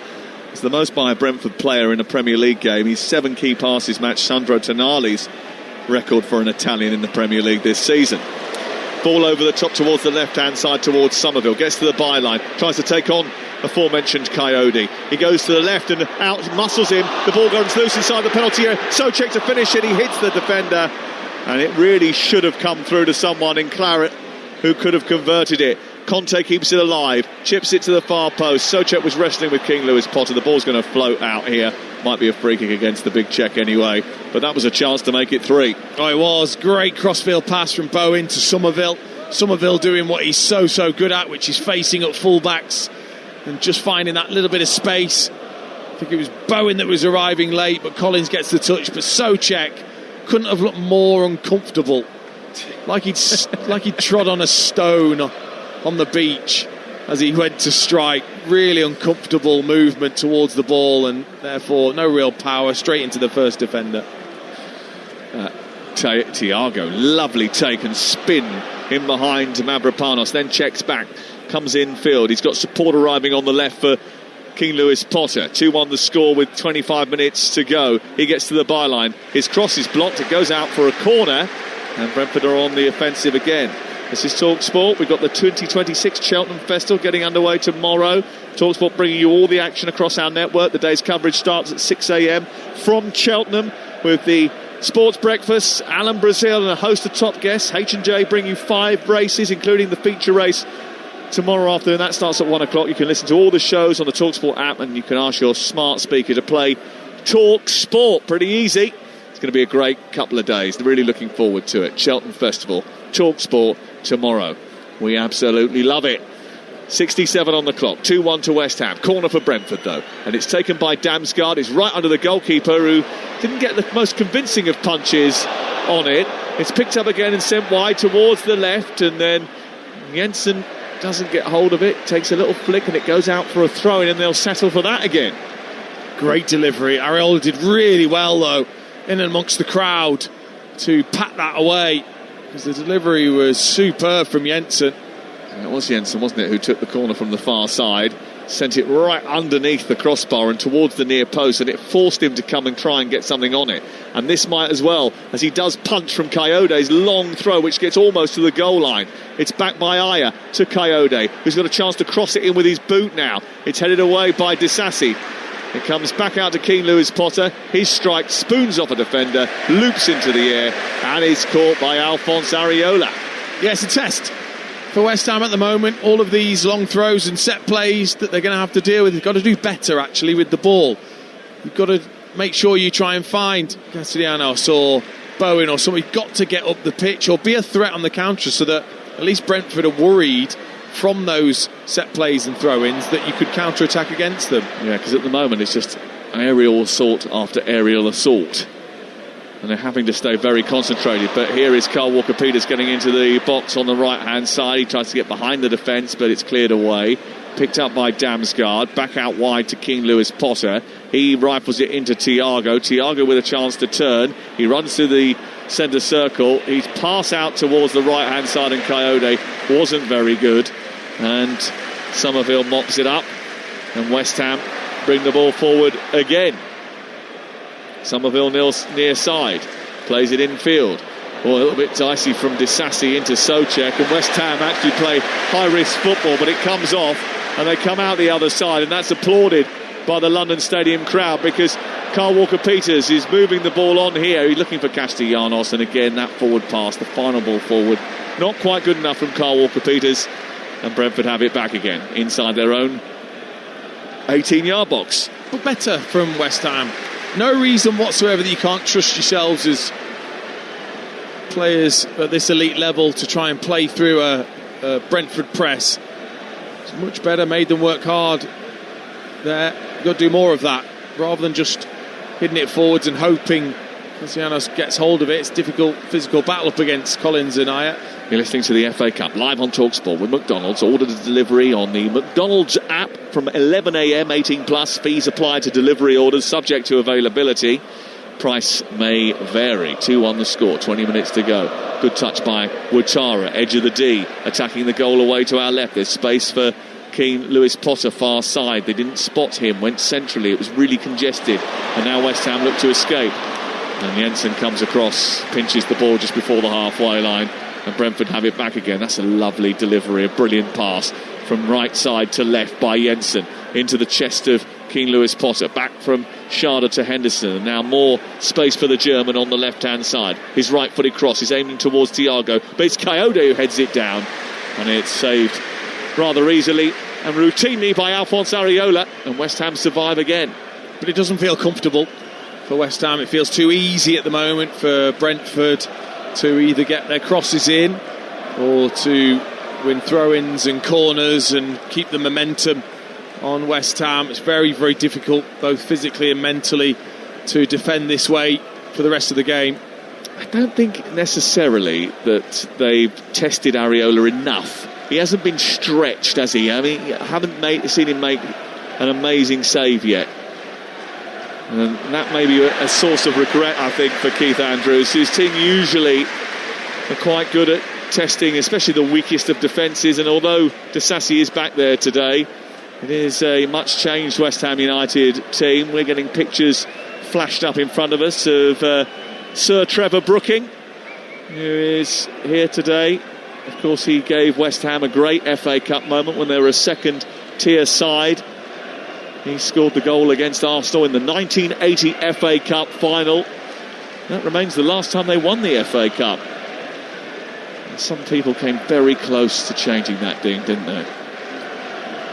Yeah, Steven Gerrard. And that's the bit where you say, well, they were winning when I left the pitch. Very good point. That was in Cardiff's Millennium Stadium in 2006. Alan Pardew was the manager. And the Argentina manager, Lionel Scaloni, had a throw-in, didn't he, on the near side. He gave it away and it ended up at the boot of Gerrard. I mean, Gerrard was miles out. I think Gerrard was in Swansea when he whacked that ball towards goal, but he still managed to find the net, and then the rest is history. That was 2006. This is 2026, and West Ham going through to the quarterfinals as it stands, and they're going to be going through to the quarterfinals if Ouattara controls the ball like that. That is a heavy touch which takes the ball out of play and away for a goal kick. And that's what you've got to hope if you're West Ham, that Brentford get frustrated and start to overstretch or try things they don't need to. That's what you've got to hope for. 20 years. Wow. I was going to say you don't look a day older, but you actually look a couple of days younger. It's very kind. At least you got rid of that hair. I was going to say, I think that was the reason. What was that? Was that the skunk hairstyle? Yeah. Is that what it was nicknamed? You're looking after that for me as well, aren't you? All the hair, yeah. Maybe the skunk. 18 minutes to go before the end of the game. This is Talksport. And Conte trying to get round the corner. Across comes Aya. And he's a little bit aggressive with his challenge. That's a free kick to West Ham. West Ham United who are going to make another change in the next few moments, I think. It's a little bit of a breakout performance for Conte, isn't it, for West Ham? I think he's been really, really good for them, winning the ball back, helping to play through midfield, giving real energy in there as well.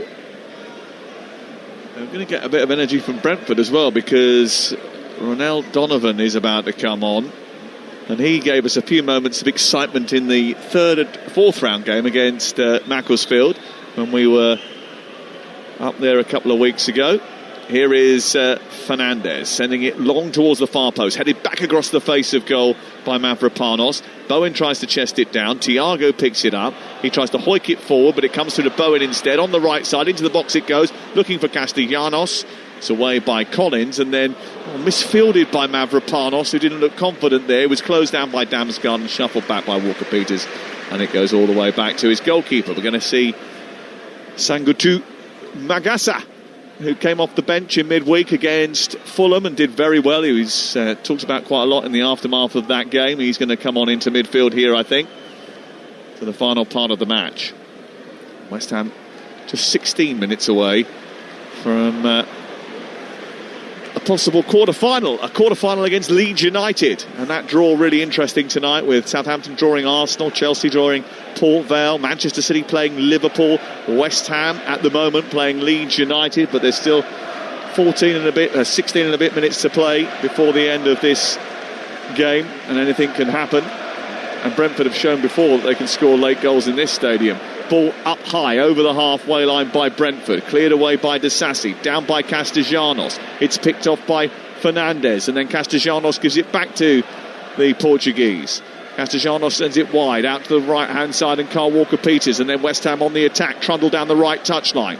Goes back into Kyle Walker-Peters, who's just a bit further back from Bowen, and they keep hold of the ball rather maturely here. Fernandez now spots a gap. He comes forward. He's on the edge of the D. He pokes it to the left. Myers approaches, doesn't decide to shoot that into the box. Instead, he just holds on to it, goes backwards, and West Ham retain possession again in a mature fashion as they look to try and manage the game. 15 to go. But it's Fernandez that it's going through every single time. They're desperate to get him on the ball. A couple of great passes in through that midfield. Castellanos pushes Collins in the back. They have some big fixtures to come, don't they? Manchester City away at the weekend, or at home at the weekend, sorry. Then Crystal Palace, then Tottenham, then Newcastle United. Brentford, whose next game is against Wolverhampton Wanderers live on Talksport on Monday night. It's confirmation of that change. Mamadou Conte coming off, and on comes Songatu Magasa. And I think, as you say, good performance by Conte tonight. And that be the one that sort of cements him in that thinking for Nuno Espirito Santo. I don't think he'll be a regular between now and the end of the season, but he will be probably next season, I would have thought. Yeah, and more importantly, he's impressed these home supporters. We've seen a real top performance in terms of that work rate, winning the ball back. Things that supporters still love. Well, this is where, if you're a West Ham United fan, just turn the radio down for a couple of seconds. There you go. You turn it back on in a minute. No team has conceded more goals in the final 15 minutes of Premier League games this season than Newcastle United. But West Ham United are not far behind. Late goals have cost them very dear this season, and Brentford are very, very good at scoring them. You can turn it back up now. But has the mentality changed? That's the thing for these West Ham players. You've got to make sure Brentford are really forced to create anything. Now, there's got to be a real team ethic about it. You've got this lead. You're going to say to Brentford, what have you got? What can you do to try and break us down? And then Brentford have got to find the answers. Well, and just saw an example of that mentality shift in the way they managed the last few minutes of the game, just keeping hold of possession instead of forcing it when they didn't need to. They made sure they checked back, kept hold of it. Just keep Brentford at arm's length. That's what they need to do between now and the end of the game if they want to get through to a first quarter-final in 10 years. Here is Ouattara, a little back heel, tries to be a little bit too elaborate, gives the ball away. Fernandez with a perfect pass out towards the right-hand side. Beautiful delivery, taken down by Bowen. He gets into the penalty area. He races into the box. Right-footed shot saved by Queven Kelleher down to his left. A good stop by the goalkeeper. A good effort from Bowen. It remains 2-1 to West Ham. Great from Fernandez again, but much better from Jarrod Bowen. What we've expected to see from him. 1v1 against Collins, using that pace, going on the outside, striking really well with the right foot. It's a simple save for Kelleher because he was in a great position to just move to his left and put it behind. Corner kick to be taken by the aforementioned Bowen. And there are 6 claret shirts inside the penalty area. It goes towards the back post. Mavropanos is up there. Kelleher gets just enough to finger it away. And it's cleared out towards the near side, and Coyote just pumps it away. Here is Fernandez again. Magasa. Well, he tried to shove that forward into Bowen. He saw the pass, but he couldn't execute. He ended up thrusting his foot into the ground, I think. The ball goes out towards the far side. Keane Lewis Potter picks it up. Played on towards Ouattara. Hangs it up into the penalty area. Coyote feels as if he got a push in the back as he went towards the goal. It's a penalty for Brentford in the 79th minute of the game. And West Ham United again have shot themselves in the foot. The cross into the box. Coyote going towards it. A push in the back. And a yellow card comes out as well. And it's going to be a penalty kick for Brentford. Well, my initial thoughts were it was a penalty. Because Coyote, again, had got on the inside of Somerville, it's just how much of a shove it was. but the flight of the ball from Ouattara was excellent. It was hung up to the back post, and you think Coyote's just going to head this in, and it was a shove from Somerville from below. Andy Madley, I think, has got that absolutely spot on, because Coyote's heading that in. Well, there's no clear and obvious evidence to overturn it, because he's going to head it in. He is. And he shoved him out of the way. Yeah. It's a penalty. And the bad news is it's not even a penalty, it's a goal, isn't it? Because Igor Thiago's taking the penalty kick. So we know already that it's going in, because he never misses, does he? He's absolutely fantastic. First experience of the FA Cup. He has missed before, but he doesn't miss very often, and he takes a penalty like you know when Ivan Toney used to take a penalty and you thought there's never going to be a better penalty taker in a Brentford shirt than Ivan Toney, and then Thiago turned up and said, hold my beer. 9 minutes to go before the end then. This is the opportunity for Thiago to put Brentford level. He is a constant dispatcher of spot kicks, and he steps up and does it exactly again. Straight down the middle, waiting for the goalkeeper to shift his way to his left, and he just put it slightly to his right, and Igor Thiago rams the penalty home, and West Ham United have conceded another late goal. Brentford have scored another late goal, and it's 2-2. Well, they have been pushing Brentford, but it's a bit of a gift. It's poor defending from Somerville to push Coyote in the back, but Thiago, like you said, so composed, able to wait and watch Areola take a little step to his left, so he just whips his foot across the ball and the opposite way to Areola into the back of the net to bring it level. Goals 20 and 21 for Igor Thiago. What a fantastic season he is having. And it might get to the point where Carlo Ancelotti cannot ignore him. They're a bit snobbish in Brazil. They don't like the idea of the number 9 playing for Brentford in the Premier League. They want someone who plays for Milan or Inter or Barcelona or Real Madrid. But when you score 21 goals in the top flight of English football, you deserve credit. And he is certainly that. And I'll tell you what, if you're in a World Cup knockout game and you need someone to take a penalty, I know who I'd be picking. Well, he can't do much more, can he? And what a way to sort of step in this season when there was the void left by Visser and Mbeumo. He's done it magnificently. Here he is again over on the far side. And there's only 7 minutes to go now. Are we going to extra time? Remember, there are no replays here. Henderson keeps it alive. Damsgaard tries to nudge it forward. Into the path of Sharda it goes. Then back to Damsgaard. Damsgaard tries to weave through a tight gap. He does that. Gets some space. Plays it wide. Onto the left. A chance for Keane Lewis-Potter to cross. He doesn't do it. He hesitates. Gets it back instead. Into the area he goes. Tries to pull it through the area. He does that. And it flashes past the post with no one there to tap it home. He pulled it through the 6-yard box. Why wasn't it finished off? Well, because it was too high and powerful. He does brilliantly, Lewis Potter, to just get away from Walker-Peters. But then when he gets into that position, nobody wants it at waist height, rifled across the penalty area.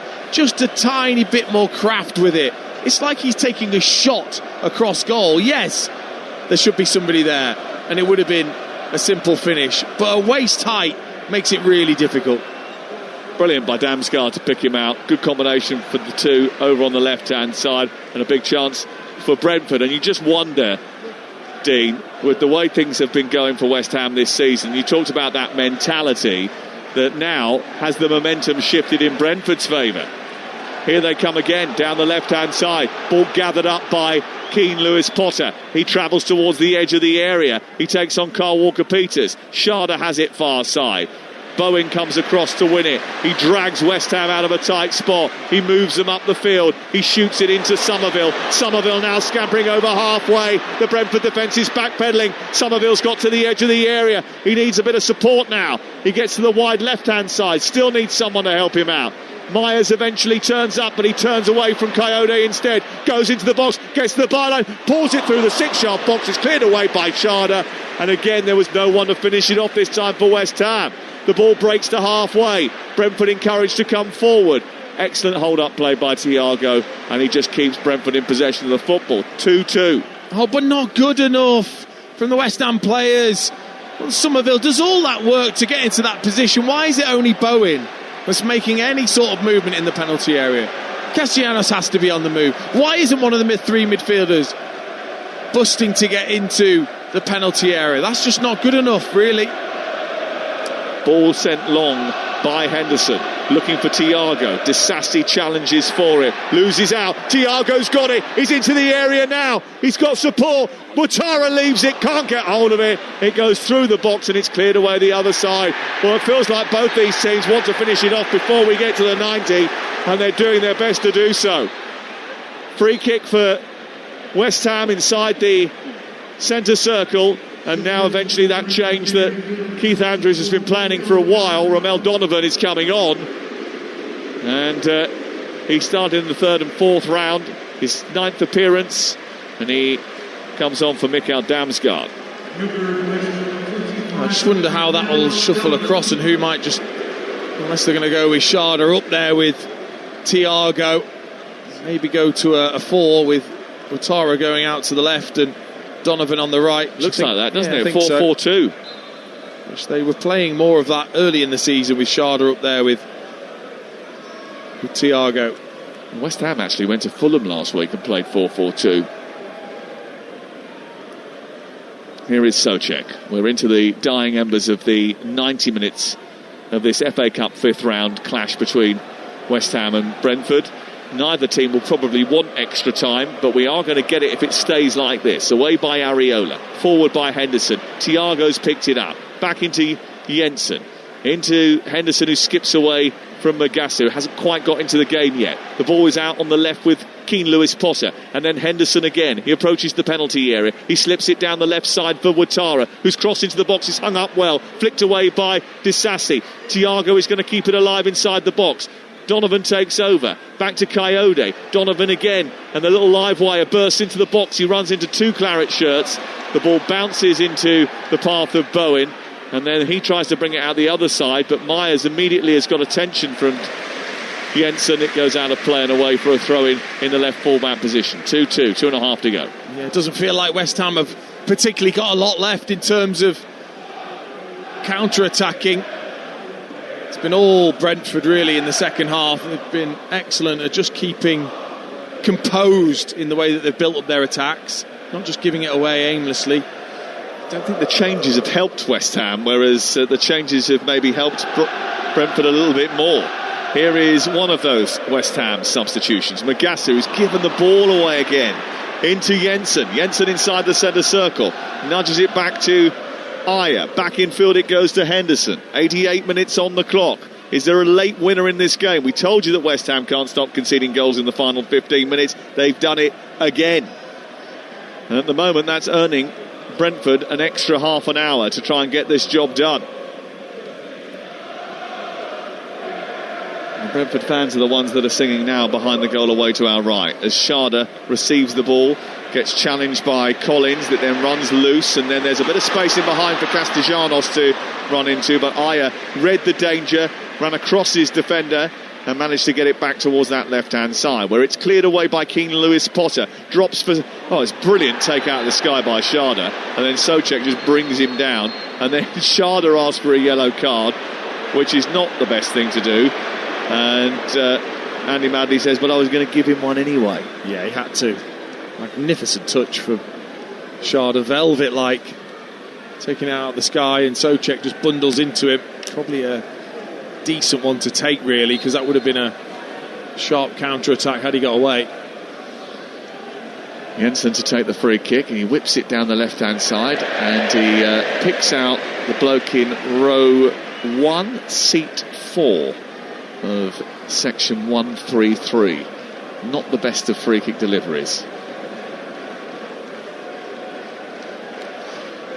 West Ham have it back. Carl Walker-Peters sends it forward. It's headed away by the Brentford defence. It's gone back towards Mavropanos, who's starting to get a little bit panicky whenever he hears the feet of Thiago thundering behind him. I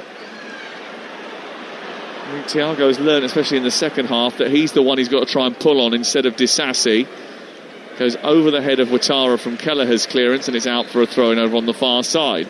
Well, when you're a player in these circumstances and you feel extra time coming on, does it excite you?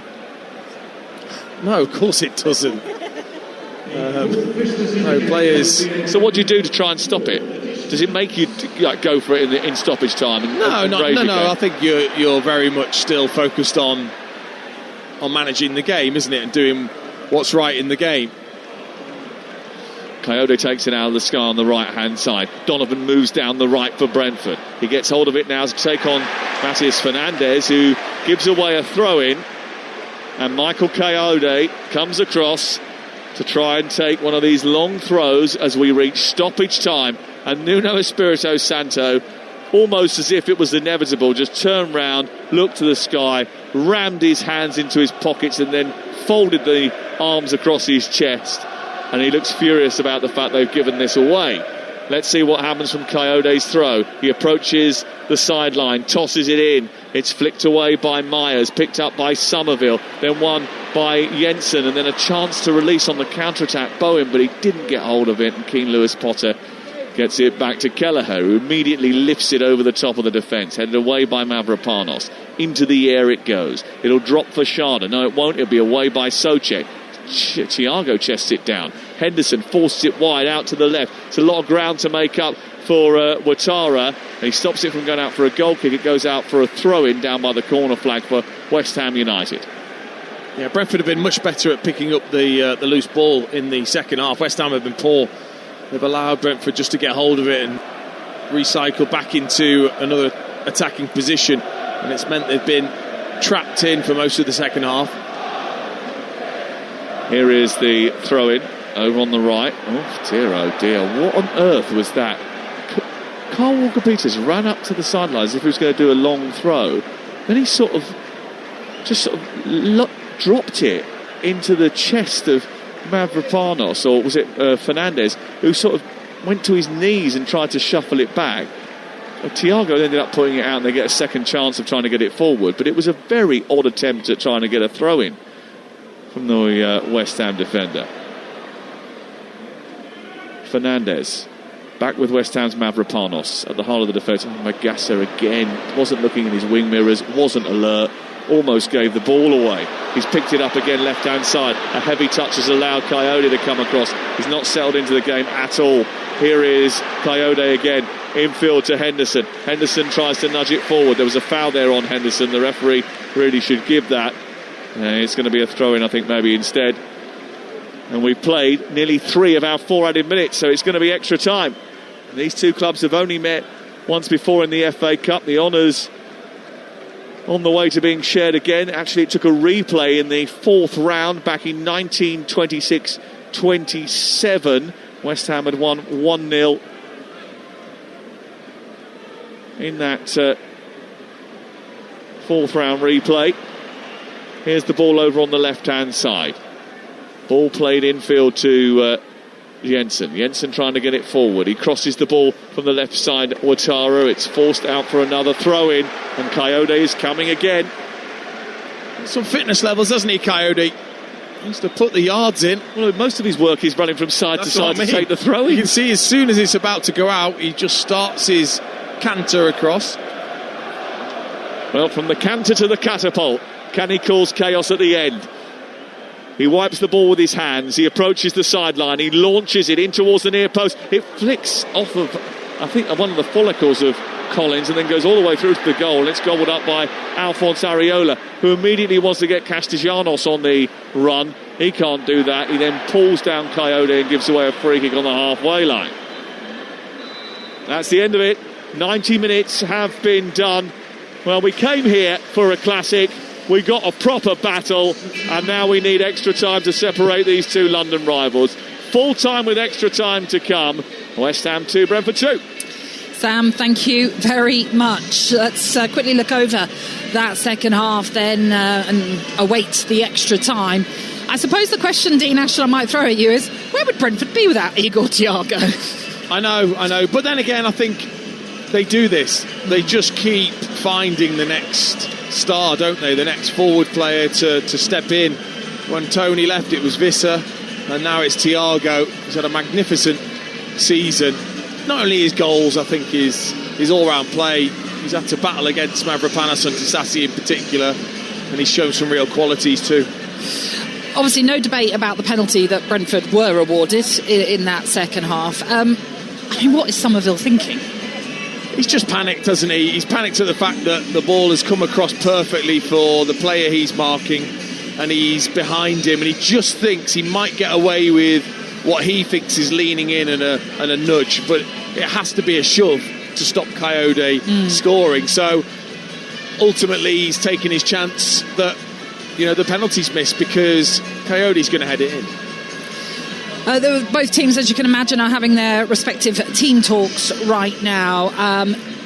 And tell us what this kind of process is like right now, because for many of us, we've never been in this situation. So what kind of messages will the managers be putting out there, especially when you might have some weary legs? It's more tactical, I've got to say. I don't think it's necessarily talking about mentality. The players understand this. Certainly West Ham have already been through it twice this season. So it's more about tactically, how do you approach extra time in terms of, I think certainly for Nuno it'll be they need more control of the game. They're just giving the ball back to Brentford too often, and then Keith Andrews will want even more from his side in terms of creativity. What was obviously the disappointment for West Ham will be that they twice took the lead in this game and twice have thrown it away. How, in terms of mentality though, do you get over something like that, knowing that you've given the opposition a chance to get back into it, who are also, it feels, getting sort of warming up into this game really as we approach this extra time? Well, I think that's where the best players are able to cope and adapt and realise that you got yourselves ahead in the first place. You do that again, and maybe you can hold on this time. It's about that positive thinking rather than worrying about the negative side of that. I think there's been decent parts of the performance, and Brentford are a very, very good side and have shown that this season and had full strength team out. But you've got to dig in. You've got to do what the manager is asking in this period. But the one thing I would say is I think the fear sets in extra time. It's why we see so often it being so cagey. The fear sets in, the fatigue sets in, and that's where you sometimes just get a very, very scrappy extra time. With West Ham taking on Manchester City on Saturday, live on Talksport's an 8 o'clock kickoff, is there any sort of thought now Nuno has to start thinking ahead to that as well? Bear in mind you've still got Jarrod Bowen out there, for example, players of that quality that you think we need them to be at full pelt when we take on City. It's not ideal.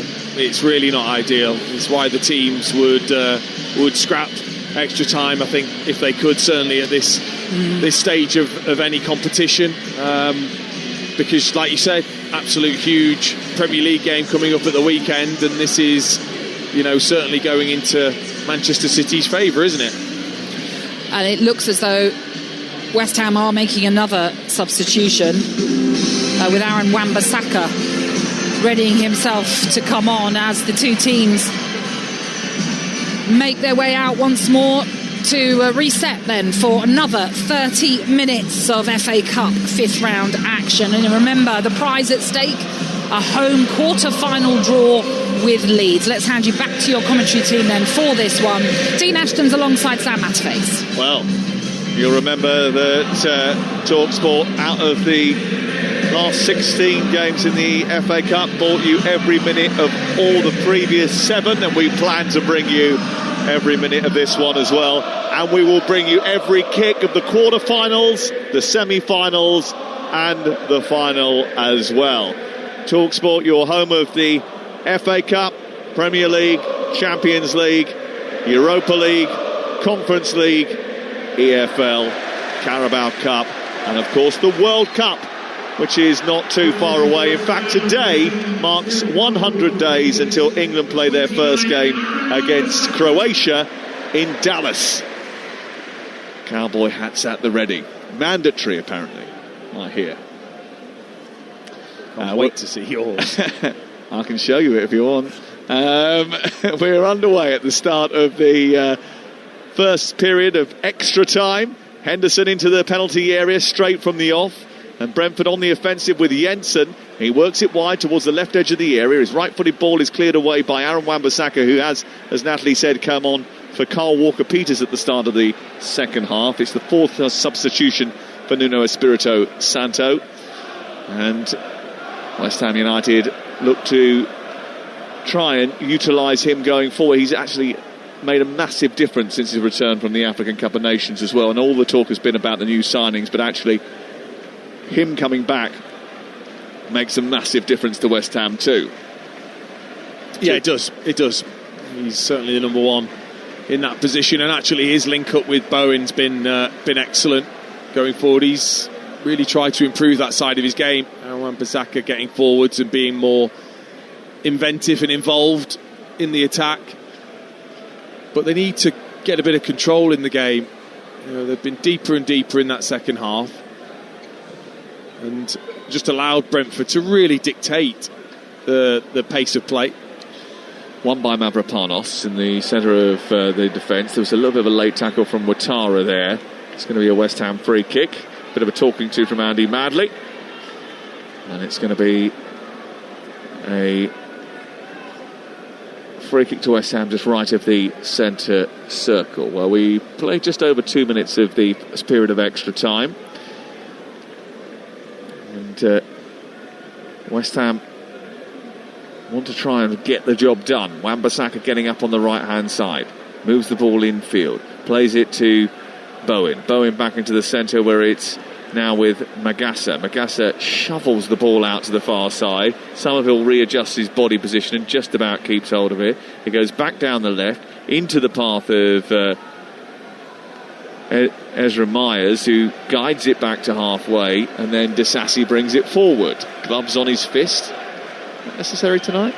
Into Wan-Bissaka. He's got them on two. Comes infield, plays it on to Souček, then back out to Tati Castellanos. Infield it goes to Souček, and then he just travels slowly and into midfield before he gives it to Fernandes, who is dawdling slightly. That is one thing they have to be a little bit careful of at West Ham, is that they've got a lot of the players that are really important to them in this period of extra time that are still out there. Disasi has got to remain fit. Fernandes has to remain fit. Somerville has to remain fit. Bowen has to stay fit. They cannot afford to pick up injuries with any of those players. Here is Magassa running forward down the inside left channel. Somerville takes over. He cuts infield, clips the ball out towards the right hand side. Wan-Bissaka stretching, keeps it in. He's got King Lewis Potter for company. Tries to go infield, then hesitates, waits, feints to go down the right, waits for the arrival of Souček, then gives it back to Bowen. He's on the right edge of the area. Somerville comes across, gets into the D, tries to open up a shooting opportunity, pushes the ball wide instead. It's clipped towards the far post by Myers, but he gets it all wrong and it goes behind and out for a goal kick away to our right. Yeah, and I think that's just the slight differences between Scholes and Myers. Myers, I think, probably a slightly better defender, whereas Scholes gives you that extra bit of quality when he gets into those positions. That was a really poor cross from Myers. And again, you can sense the supporters need a lift again, because they're slightly deflated with Brentford bringing them level. 2-2 the score, and again it's one of those late goals that have affected West Ham United. It's afflicted them over the course of the season, I would suggest. Donovan came on as a second half substitute for Brentford. The noise has just been sucked out of the stadium as we go into extra time. Get the feeling that extra time is rather unpopular in 2026. I think the idea of going straight to penalties that has been characterised by the Carabao Cup has certainly worked so well. Here is King Lewis Potter, though, going down the left, trying to get into the box. We're going to see Sepp van den Berg very shortly for Brentford to come on. But Nathan Collins has just been penalised for a holding offence. That's going to give away a free kick before that. And they haven't been able to really get Castellanos into the game. Again, if you're just looking to clear, did well there to win a foul.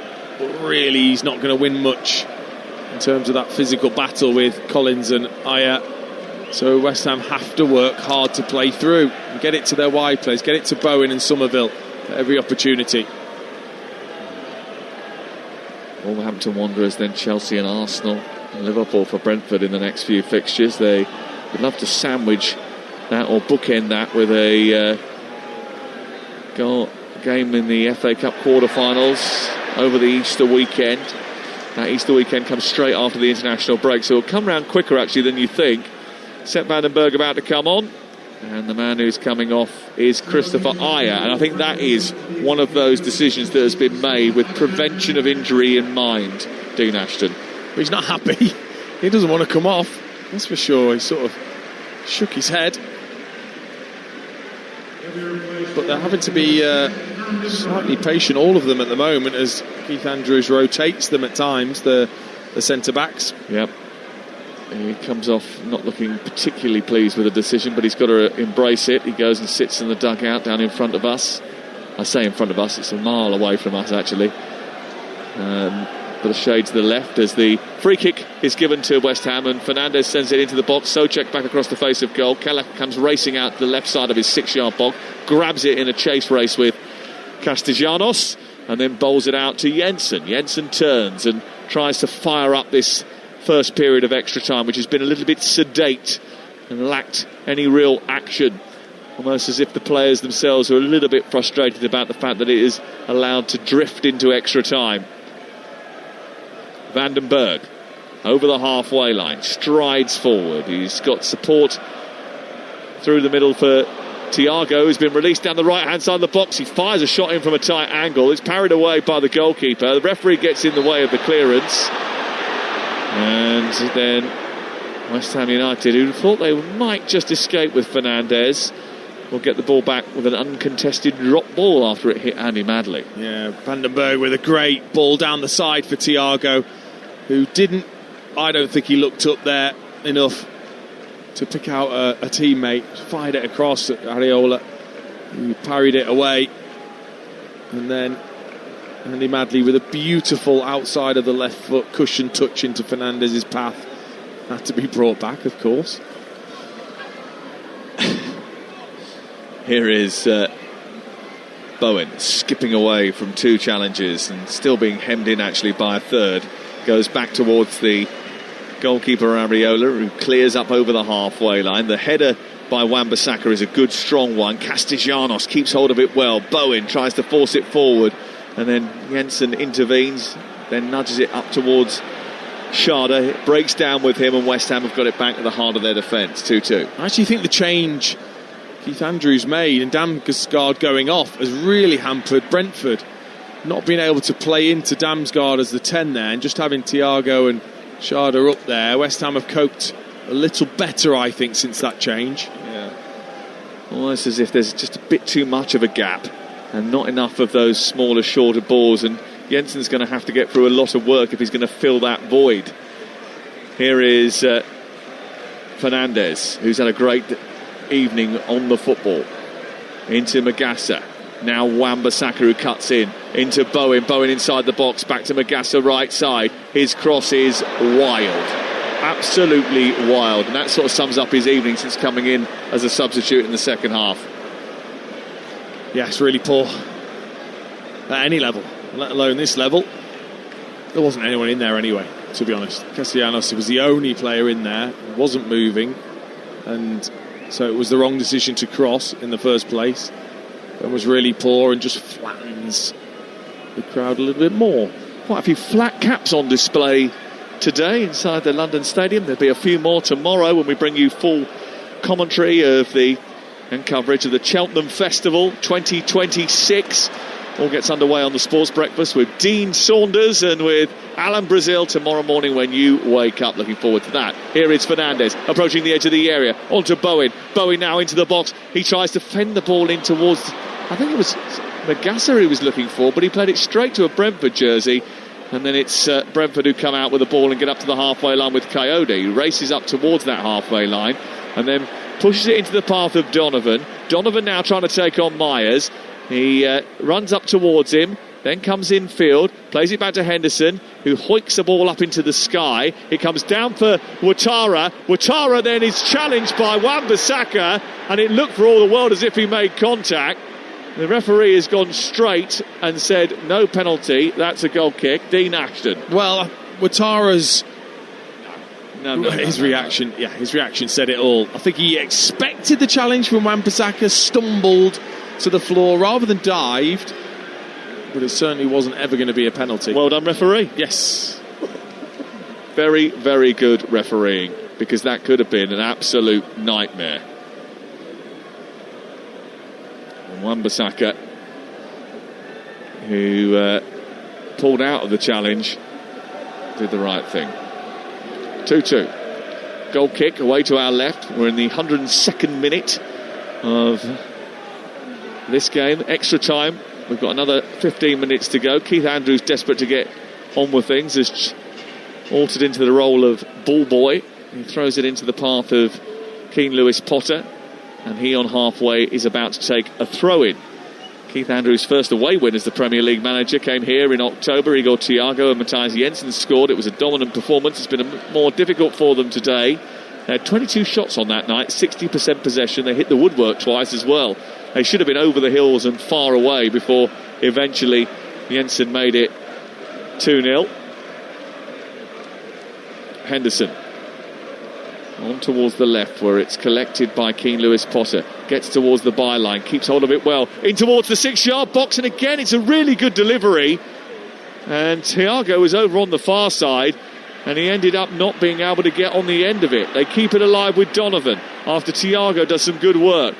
Donovan looks up, plays it into Henderson. Henderson back towards Coyote. Donovan wants a free kick. Coyote's crossing the box, but there isn't too many blue shirts waiting for it. It falls on the edge of the area. Wan-Bissaka now has it. He's going to get it clear. And eventually he managed to push it into the path of Somerville. And he's encouraged to come forward. He skips away from Donovan. He runs up towards Van den Berg. He gets to the edge of the area. He goes on the inside. He tries to put it through the legs of Coyote and loses the ball.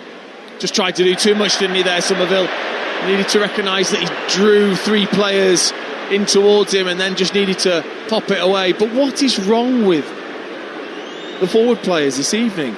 I think I count that 4 times a wide player's done brilliantly to put a great ball into the area, and they're all just watching. None of them are taking a risk. None of them are trying to dive into space.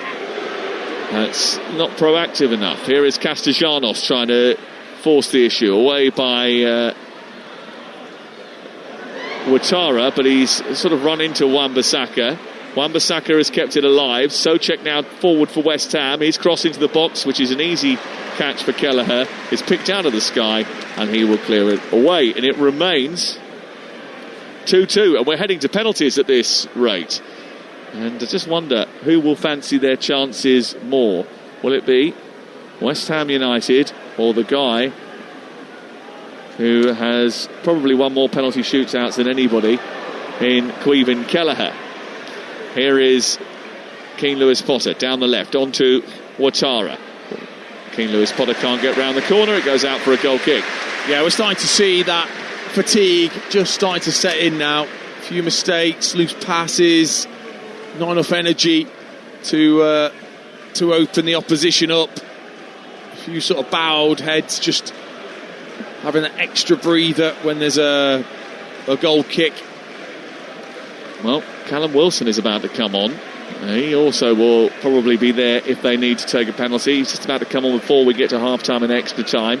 He's signed a new 1-year contract today. Maybe he will get the winner to celebrate his new contract. Ball sent long up to Castellanos. Back on away by the Brentford defence. Collins down the left for Ouattara. He's got Sharda in the centre. Donovan making a run. He goes towards the near post and trying to catch out the goalkeeper. He actually missed the target, but the idea, I think he was trying to catch out the goalkeeper, or did he miss-hit the cross? I think he just miss-hit it because Donovan had made a darting run. Ouattara just tried to find him, and again as has happened a few times tonight, that extra bit of quality just hasn't been there. I always think, like, sometimes when they do extra time, they just add on a minute just because they feel like they have to. Yeah. I mean, because there's nothing over the course of 45 minutes. I get it if there's 1 or 2 minutes that you have to add on, but over 15 minutes, and there hasn't been anything in this 15 minutes. There's hardly anything. Here is Sharda linking well with Thiago, getting into the penalty area, pulling it back. It might come through to Donovan over the bar. What a chance to put Brentford back in front on the stroke of half time. He would have been absolutely delighted if that minute had come on the board and he'd managed to convert that chance. What an opportunity. Sharda down the left-hand side, teed it up for Ouattara, who left it, maybe now inexplicably, because as it came through to Donovan, he had to find the target. He aimed towards the far corner and he blasted it over the bar. Oh, that is the chance, though, isn't it? For Ouattara if he wanted it, but he didn't. Stepped over it for Donovan, who again has just got to have that composure to keep it down. And again, just trying to be too accurate, trying to find the top corner when he didn't need to. Brilliant by Thiago and Sharda. And then Donovan just cannot keep it down. It's 2-2 at half-time in extra time on Talksport, with another 15 minutes and possibly penalties to come. Oh, goodness me, that was an interesting first 15 of that extra time. It does feel as though it's slightly labouring now, this game, which might be understandable because of the fact that we are into extra time, and that it was quite an exciting first 90 minutes. So it seems as though the players are a little bit tiring and wasting opportunities. Yeah, the quality's just gone out of the game because of that fatigue that's starting to set in, and the fear, like I talked about, trying to make sure and not make mistakes, I think does affect your performance. But it doesn't look any different to 95% of extra times that I watch. Mm-hmm. It's very difficult for both teams to get that energy and quality at this stage of the game, and you're scared to do something that'll cost your team when you've gone through so much already. Thinking ahead to penalties is inevitable, I imagine. Is that part of the conversations that are starting to take place at this point, or is it still very much focused on extra time and that's it? Still tactical, still extra time focused. Penalties won't be thought about other than the players. As players, you'll start to think about it, because you'll start to think, am I taking one? I need to be mentally prepared for that. Might I take one? And I definitely don't want to take one. So that will be going through a number of minds. Carabao Cup has absolutely killed extra time, though, hasn't it? Because everybody says the same thing now. You know, you're just almost waiting for the penalties to happen. You rarely get a good extra time, although at the weekend, I suppose, Wrexham and Chelsea produced a bit of a display, didn't they, in that period? But largely, they're usually just two teams waiting to get to the spot kicks. Well, it even feels like the fans are. Yeah. There's not much of an atmosphere at this present moment. Well, half of them are gone. Well, I was going to say, it does feel like many have dispersed already, wanting to get home. Well, look, kids for £1. There's a few youngsters that's true. Need to get home. But ultimately, I agree. I've said it for far too long that who doesn't like penalties? Even if you think you don't, you do. You know, everybody around the house, when they hear it's penalties, comes down or in from outside, whatever, to watch penalties. I might be the only one that runs away when it's penalties. No, they put the fear into me. Even just watching Igor Thiago take one. Obviously, if it's your team, I understand it. But for any neutral, we love penalties. That's true enough. That is true enough. It looks like there's that final substitution that you mentioned with Callum Wilson, Sam. Yes, Callum Wilson is on. And so too is Kai Furu, who again played in that game up at Macclesfield when we were there 2-3 weeks ago, and he has come onto the field. So we've got a couple of changes at the start of the second half of extra time. Yeah, I think protection for Fernandez of West Ham, taking him off, and Castellanos can either play up there with Wilson or can just drop and play in the 10 role. So it's Souček that kind of stays on of the regular starters. Fernandez goes off. Sharda has come off for Brentford, and That means that... well, I thought you might be a penalty taker, actually, Shardo, didn't you? Again, I would expect any forward to be a penalty taker. Yes, but that's not always the case, is it?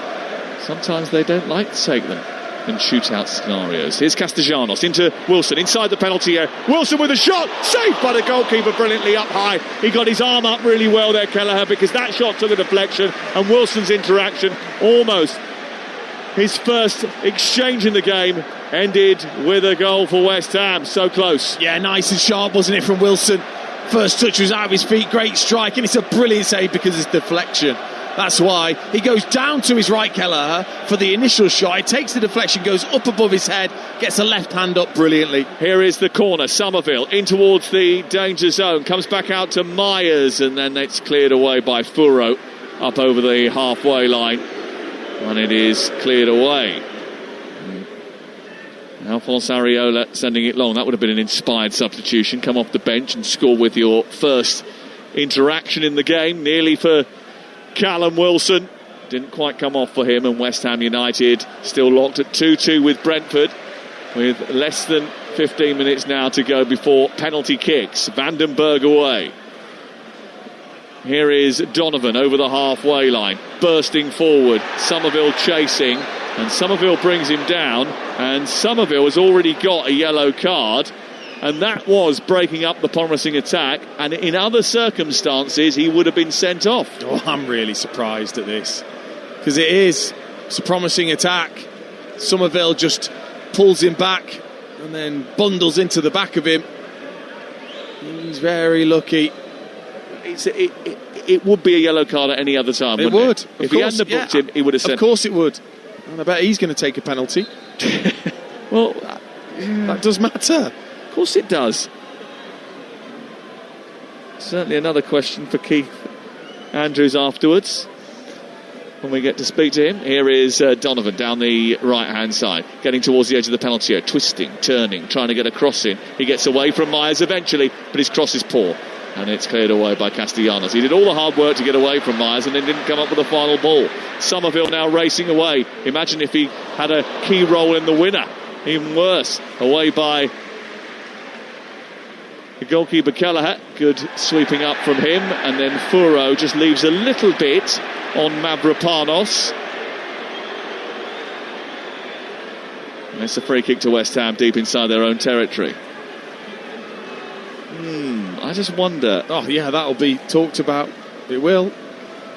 Sort of key moments that can really impact the result, can't they? Because in obviously they've already got the consternation over the penalty that they didn't get when Sharda was fouled by Matías Fernandez, and all of us thought that was a penalty. That didn't go their way. Now they've had this situation with Crescencio Somerville, where having been booked for the penalty that they did get, he's then committed a foul which in usual circumstances would have led to a yellow card. Ball up towards Furo. Nobbled off by Mavropanos. Nabbled. The worst thing was I said it and I knew I'd got it wrong, and then it was the way that Izzy looked at me, and that just sent me into a spiral. Anyway, forget that. Let's continue with the game, because the ball is over on the far side with Wan-Bissaka into Magassa. Magassa plays it square now. On to Myers. Myers onto Somerville. Somerville approaching the penalty area. His right-footed cross is a really good one towards Wilson, but it's cut out by Vandenberg. Souček tries to keep it alive. He bundles into the box with a chest pass forward towards Myers. It doesn't quite come off, but Myers has got it again here. Now high up on the West Ham left. Souček tries to dive in, gives away a throw in. It's back with Brentford, and we've got just 10 minutes to play here. Better from Somerville though, not wasting time on the ball that time. Just got out of his feet. Great ball in, good defensive header.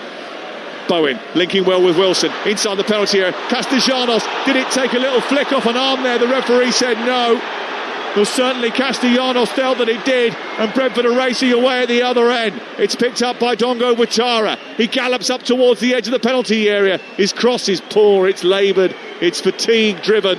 It comes off the back of Mavropanos and goes out for a corner kick. Well, Castellanos is adamant that it comes off Lewis Potter's hand. His hands are by his side. I think it's actually a poor touch from Castellanos, more than anything else, that just grazes the arm of Lewis Potter. Well, this is a bigger problem, because although that was never a penalty in a million years, Crescencio Somerville has picked up what looks like an injury.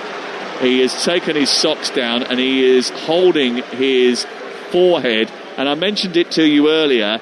The last thing that West Ham United need now was one of the key players that are still on the pitch to have picked up an injury, and he has.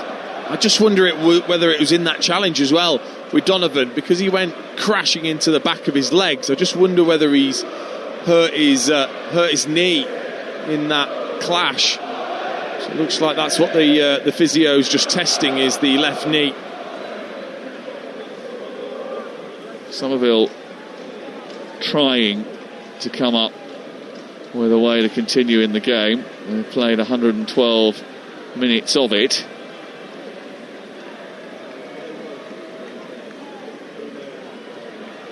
A bit of compression being applied there. Well, there's something on his shin anyway. Just wonder whether it was something before the game, which meant maybe he didn't start the game anyway. But I wonder whether we will try and give it a go here. If so, it means it probably isn't too serious, and maybe something he's been carrying anyway. Well, he's back on his feet and he's hobbling over towards the near touchline, because he has to have obviously 30 seconds off the pitch.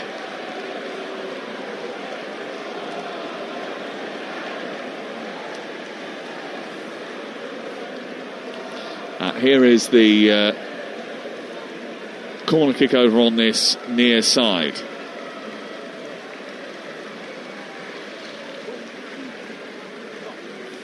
And be interesting to see what happens.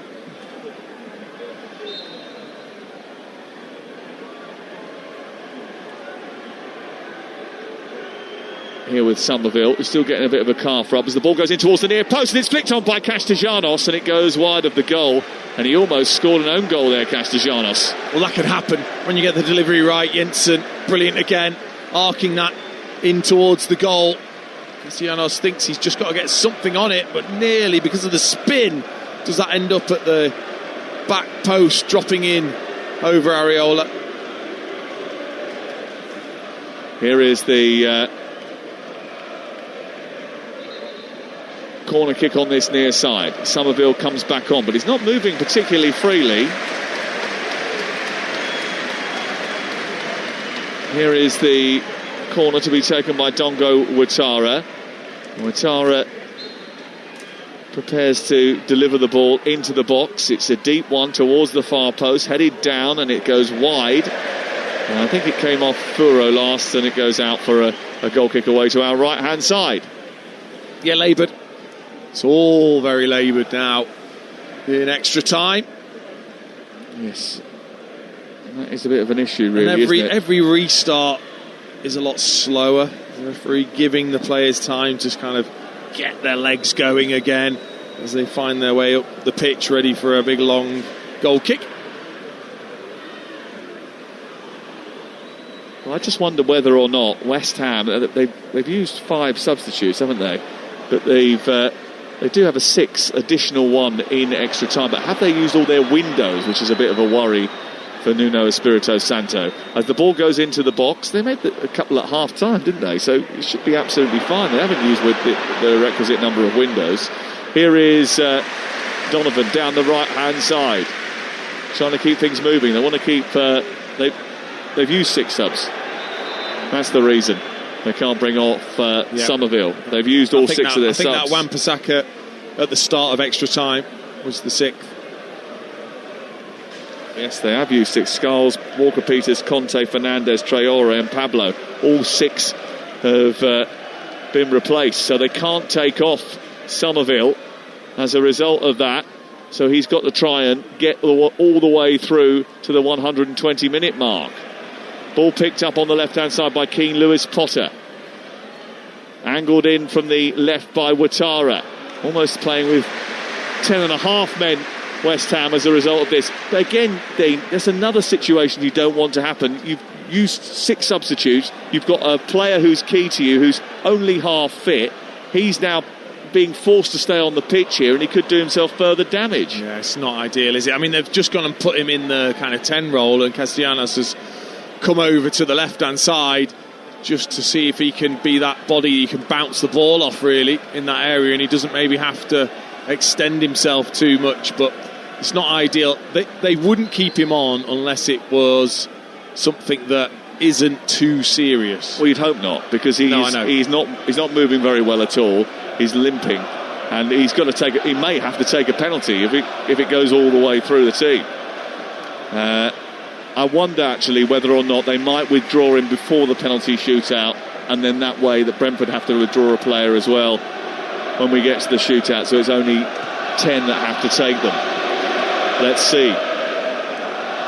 Here is Somerville under pressure immediately.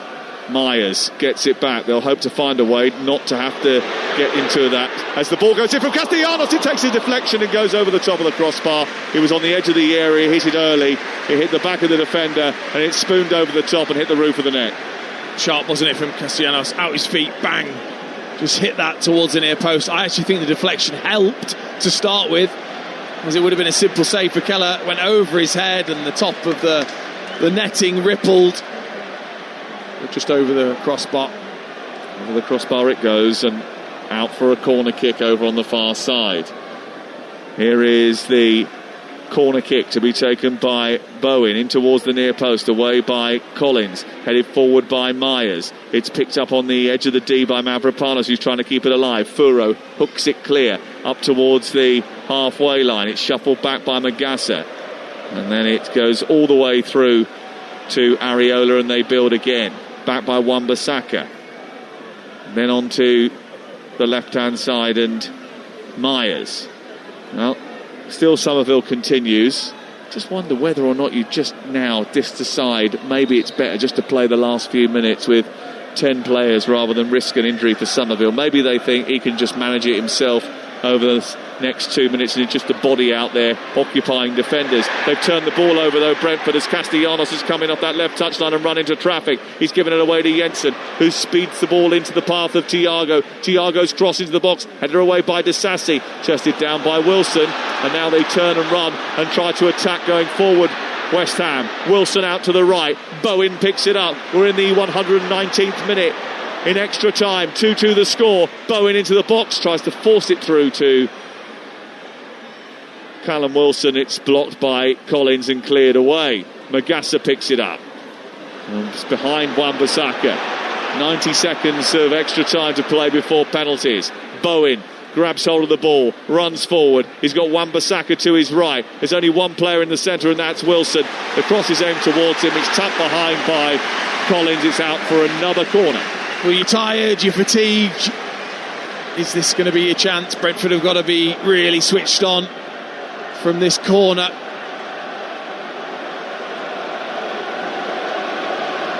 Well, the West Ham fans in fine voice, screaming, shouting, urging their team to get over the line. And the corner in front of the Bobby Moore stand away to our left-hand side. Souček, the warrior, could be a target here. Somerville is inside the penalty area. Mavropanos is at the near post. It's aimed in towards that central area. Vandenberg with a good header away. Disasi picks it up on the near side. 119 minutes and 30 seconds have been played. Myers into the centre. Furo volleys it away. It'll be picked up by Jared Bowen. There might be one last chance here for West Ham United. In extra time, it's picked up by Magassa. He sends the ball into the box. It's away by Thiago, and it's out for a throw. I wonder how ironic it would be if West Ham United stole a place in the quarter-finals from a long throw. Do they have anyone that could take one? Great question. No is the answer.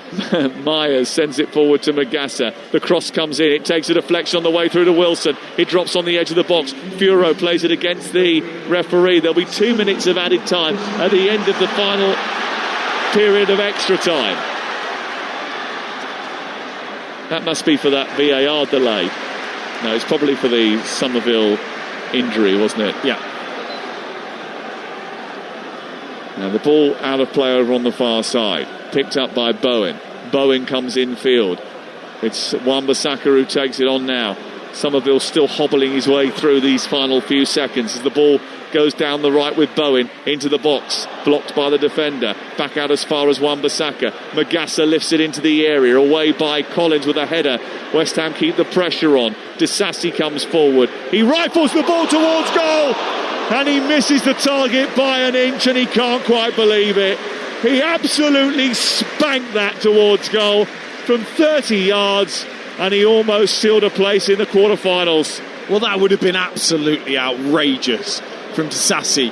He really does catch it sweet. Oh, it just zips over Collins' head and zips over the crossbar too by about 2 inches. It was a brilliant effort. Well, I mean, I always think in extra time when you're robbed of penalties right at the very end, it's really frustrating, but that goal would have been worth it. Certainly would have been worth it for Axel Disasi and West Ham United. What a way to have scored your first ever West Ham goal that would have been. Instead, this game is going to go to penalties. West Ham have the ball on the halfway line. If there's going to be a chance, it has to come now. But they've given the ball away, and Brentford have it. Brentford haven't made the most of the fact that they've actually had almost an extra player for the last few minutes, but they might now, because Coyote is escaping. He's looking for Thiago. It runs few to Furo, edge of the area, right-footed shot, blocked by Disasi. What a brilliant block that was by him. Threw himself, full-bodied against it. That's the last act of the game, and penalties will decide who plays Leeds United in the quarterfinals. Oh, right. It's time to sit back and listen in to the drama of a penalty shootout. But we've still got time, of course, to really review this extra time, which did feel as though it was just labouring towards this shootout, although West Ham perhaps did finish the stronger of the two. Dean, it really does now come down, I suppose, to psychology and the players, as you say, that are up for this. How does this conversation happen now with the manager and those that are going to want to take a penalty? Well, it can differ because some managers make the decision without your consent as such, but most will have asked who wants to take a penalty, but because of injuries or because of substitutions and the players that are left on the pitch, that can change slightly. But really it should be about the people that are stepping up and saying they want to take one, that feel confident to take one. It depends on your mindset regarding penalty shootouts. Every player is so different. And that's clearly what we're seeing here. Both teams in their relative sort of huddles right now. Tell us then, where was I going to go with this? I've completely forgotten my point of view at that moment. Sorry. West Ham certainly finished the stronger of the two in that extra time. Again, a massive bonus, but that Crescencio Somerville injury, which he was able to sort of run off as he was playing. I say run off, he was still hobbling to a degree. That could be a big problem for West Ham going forward, couldn't it? What do you think? And let's see if he takes a penalty. And if he does take a penalty, how high in the order is he going to take one? It looked more like, I would say, a kick type injury, maybe a dead leg type of injury rather than something serious, because you just wouldn't have let him carry on because of how important he's been for West Ham in recent even though they didn't maybe have a choice. It's more important you have a player like him fit. So I assume it's some kind of kick for Somerville. But now it's just about your mentality as a player. I loved penalties and I loved penalty shootouts, so I was excited at this point to take one because I felt I would score. I never thought about missing or me being that player. I just thought, if I've got a penalty, I am scoring. To me, it's a goal. So that's how confident I felt about which every manager will want to hear, that you say that. But then tell us about that walk-up and the process of what's going through your mind when you're about to take one. You're trying really hard to block out any negative thoughts. So the best players are able just to think about the process that they're going to go through, from when they grab the ball to putting the ball down and having a process. If you can stick to that, I think then, and not changing your mind, then it gives you the best chance to take a good penalty. Ultimately, I think it's so important that, if anything, you make the keeper make a save. Make the keeper make a save. And hit the target is your message. Well, keep it as simple as possible if you're not a penalty taker. Which, at this level, you should be able to firmly side foot the ball or put your laces firmly through the ball. So, suddenly thinking you're a clever penalty taker when you never take them, that would worry me. So sometimes when we see these shootouts, players blazing them over, is that because they've maybe, as they've gone to take it, changed their mind, that they haven't fully focused on what they wanted to do? I think so, yes. And the thing that you can't describe is when you step up to take a penalty, in your vision, even if you're not someone that looks at the goalkeeper, you can see the goalkeeper. You can see the goalkeeper move. And sometimes the goalkeeper goes your way, and you've still got to have the trust in what you're doing to put it away from the goalkeeper. And as a player, sometimes the ones I missed 2 in my career, I saw the goalkeeper go the right way, and I gave it some extra and put it over the bar. That's what you've got to contend with when you're stepping up. They've had the coin toss, and both keepers now making their way down to the goal ahead of this penalty shootout, with a place in the quarter-finals, of course, at stake, and a home tie with Leeds. And it's West Ham who are going first, and it's no surprise that it's Jarrod Bowen as well who is stepping up first. So inspirational he is for this West Ham team, having got them off the mark. Right, let's hand you over to your commentary team for this one. I might have to look away, don't like shootouts. It's Dean Ashton who is with Sam Matface. Well, we love them, so that's good news. We'll tell you what happens. You can just pretend you're listening to the radio. Bowen to take the first penalty against Kelleher. This is, interestingly, in front of the Brentford fans as well as the West Ham fans, away to our right. First penalty for Bowen, the captain, then. He's already scored one past Kelleher tonight. And Kelleher raises his arms towards the crossbar and waits for the first kick, and it goes towards his left and rifles into the net, and it's 1-0 to West Ham. Well, difficult to know what to do for Bowen. Does he stick to the same penalty, or does he change? He changed, but he had super confidence in his ability to arc that away from Kelleher. Areola went down into the tunnel, I think to use the bathroom, but also with the goalkeeping coach to get a bit of information before the start of the shootout. He's taken his place in the 6-yard area now. He won't go and stand on his goal line as Igor Thiago prepares to take the first penalty for Brentford, with West Ham having converted their first one. It's 5 each and then sudden death. That's how the rules work. Kelleher will watch on from behind the goal line away to our right hand side here. Thiago then to face up Areola from the spot for the second time tonight. He's already scored once, and he's scored again, waiting for the goalkeeper to move, and slipped it in the other side, and it's 1-1. You've just got to hold as a goalkeeper. You have to hold as long as you can until the kick is taken. If you move slightly, which Areola did, made it really easy for Thiago, just sent it the opposite way. It's worth pointing out that Caoimhin Kelleher won 4 shootouts as a goalkeeper with Liverpool and made 6 saves during those penalty shootouts as well.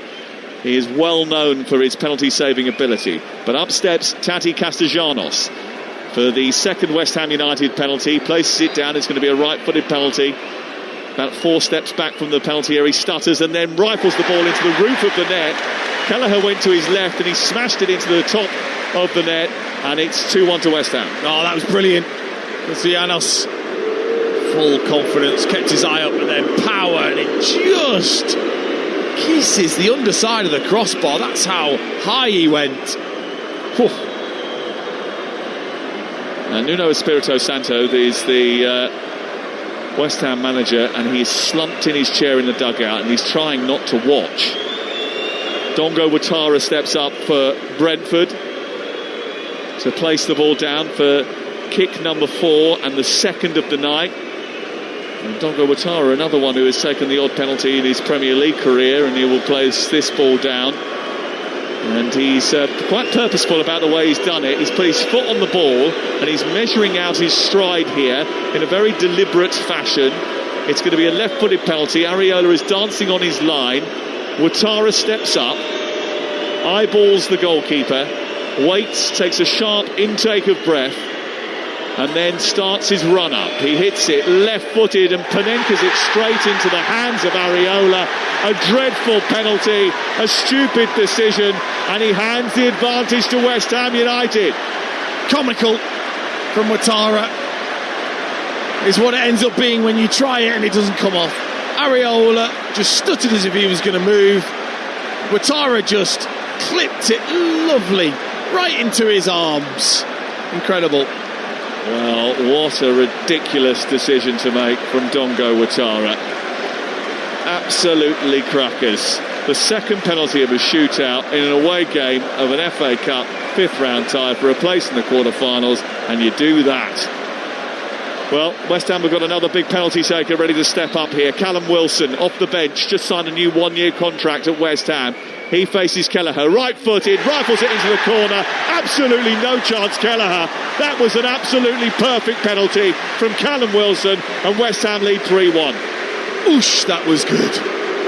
That was brave from Wilson, because he will have seen Kelleher go the right way, and he just crisply side foots it into the top corner. What a penalty that was from Wilson. Well, how much pressure now befalls the shoulders of Keane Lewis Potter? Because if he doesn't score this penalty, then he hands West Ham such an advantage in the shootout that it almost becomes irrelevant. He has to score. He's got to. Otherwise, West Ham United will have a 2-goal lead with just 2 penalties remaining. The next one will send them through to the quarter-finals. Keane Lewis Potter has to score it. It's as simple as that, in front of the West Ham fans who are barracking him. Areola doing a bit of aerobics. It's into the corner beautifully from Lewis Potter, though. Arrowed it hard into the corner and then stares down Areola.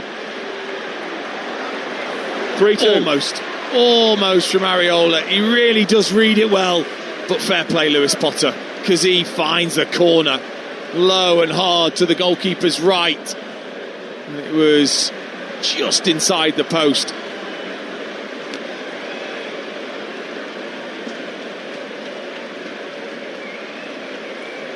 Well, Thomas Souček places the ball down for penalty number 4 for West Ham United, knowing that this forces Brentford into action. He steps up, right-footed, and he sends it into the corner, past Kelleher. 4-2 the score, and he has to score now. Matthias Jensen steps up with the responsibility of keeping Brentford in the FA Cup. And again, Kelleher goes the right way. But another outstanding penalty from West Ham. Souček again, firm and side-footed like Wilson. Not quite in the top corner, but very close. Well, this is a huge moment for Matthias Jensen. 1-time, 2-time, maybe even 3 or 4-time captain of Brentford. A loyal servant, someone who has come up with them and established himself as a really big player in their team. He faces down Areola, knowing that he has to hit the net, otherwise West Ham are through. It's Matthias Jensen who steps up, right-footed, powers it past Areola, and it's 4-3. Wasn't he cool? He backed his ability there, Jensen, because he's got plenty of it. And it was the total opposite to Ouattara's. It was down the middle, yes, but it was so powerful, right in underneath the crossbar. Well, I am surprised about kick taker number 5. Konstantinos Mavropanos has been much maligned as a defender for West Ham United, but he could be the one who sends them through to the quarter-finals with this kick of the football. The Greek international steps up, right-footed, and it's a brilliant penalty into the corner. And West Ham United are through to the FA Cup quarter-finals for the first time in a decade. Nuno Espirito Santo's side have ended their 10-year wait, and they've done it on penalties with an absolute thumper from Mavropanos. What a penalty to win it for West Ham. Mavropanos. Stunning side-footed penalty into the top corner. I mean, look, they made it difficult all evening, West Ham, but what a lift it's going to give this place and these players. Fantastic resolve when they've given up a lead twice, but the penalties were just nerveless. It's a brilliant strike from Mavropanos, who sticks it in the postage stamp with an absolute rocket. Dongo Ouattara's dismal decision to try a Panenka with the second penalty of Brentford's 5 has cost his team dear. West Ham United celebrate. Nuno didn't watch, but the FA Cup 5th round curse is over for the Hammers, and so is Brentford's dream. Their 37-year wait for a quarter-final continues, but for West Ham, it's a night to celebrate, and there haven't been enough of those this year. The winning penalty from Mavropanos does the job. 2-2 it finished during the course of 120 minutes, and West Ham United win on penalties by 5-3. Sam, thank you very much. Yeah, West Ham very much celebrating, and the players were all bouncing in a huddle as well, just rejoicing in getting through that penalty shootout. And Dean Ashton, 5 excellent penalties scored by West Ham. Magnificent, weren't they? Yeah. You know, under severe pressure of a penalty shootout to deliver those type of penalties, fair play against the keeper like that. You know, he's got the reputation of saving penalties, and he went the right way 3 times, but they were so good he couldn't get near them. And then as for Ouattara, look, when they come off they look spectacular, you feel great, you've done something special, but ultimately it's hard to forgive someone when they take a penalty like that in that manner. You don't mind a player missing if you feel like he's taken a genuine penalty that he works on. That just felt like it was too off the cuff, too much of a risk, and he paid the price because of it. It just felt like the whole time where he was sort of hanging over the ball, in my mind I was thinking he's going to miss this, because the wait felt too long anyway. And then, as you say, he went for the spectacular, but it doesn't work when the keeper doesn't move. No, and I think Areola read it brilliantly. Yeah. There was something about the run-up that Areola read, because he didn't dive. And if he does, of course, it's then a brilliant, exciting penalty from Ouattara. But in the end, that is the penalty that sent them crashing out.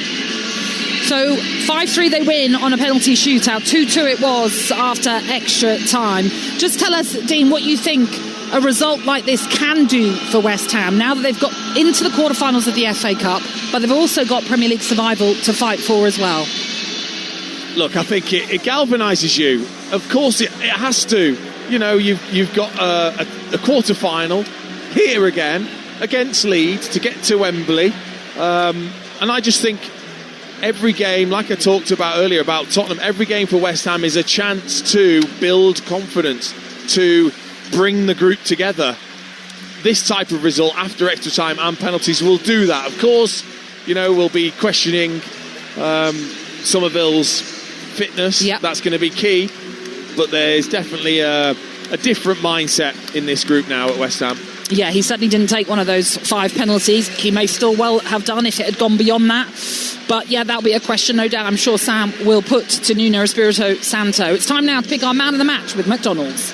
Man of the match on Talksport with McDonald's. Got big McDonald's hunger? The Big Arch is here to stay. Available from 11 a.m, subject to availability. Price and participation may vary.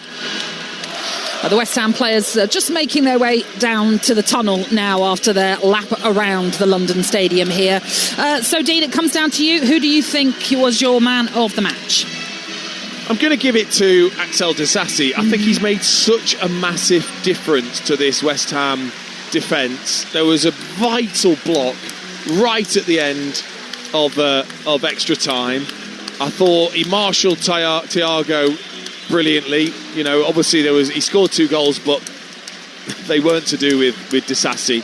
I just thought the presence he gives them at the back has made a difference, and it did tonight in some key moments when they had to defend for long periods of time. So Axel Disasi then is the man of the match. That was all thanks to McDonald's.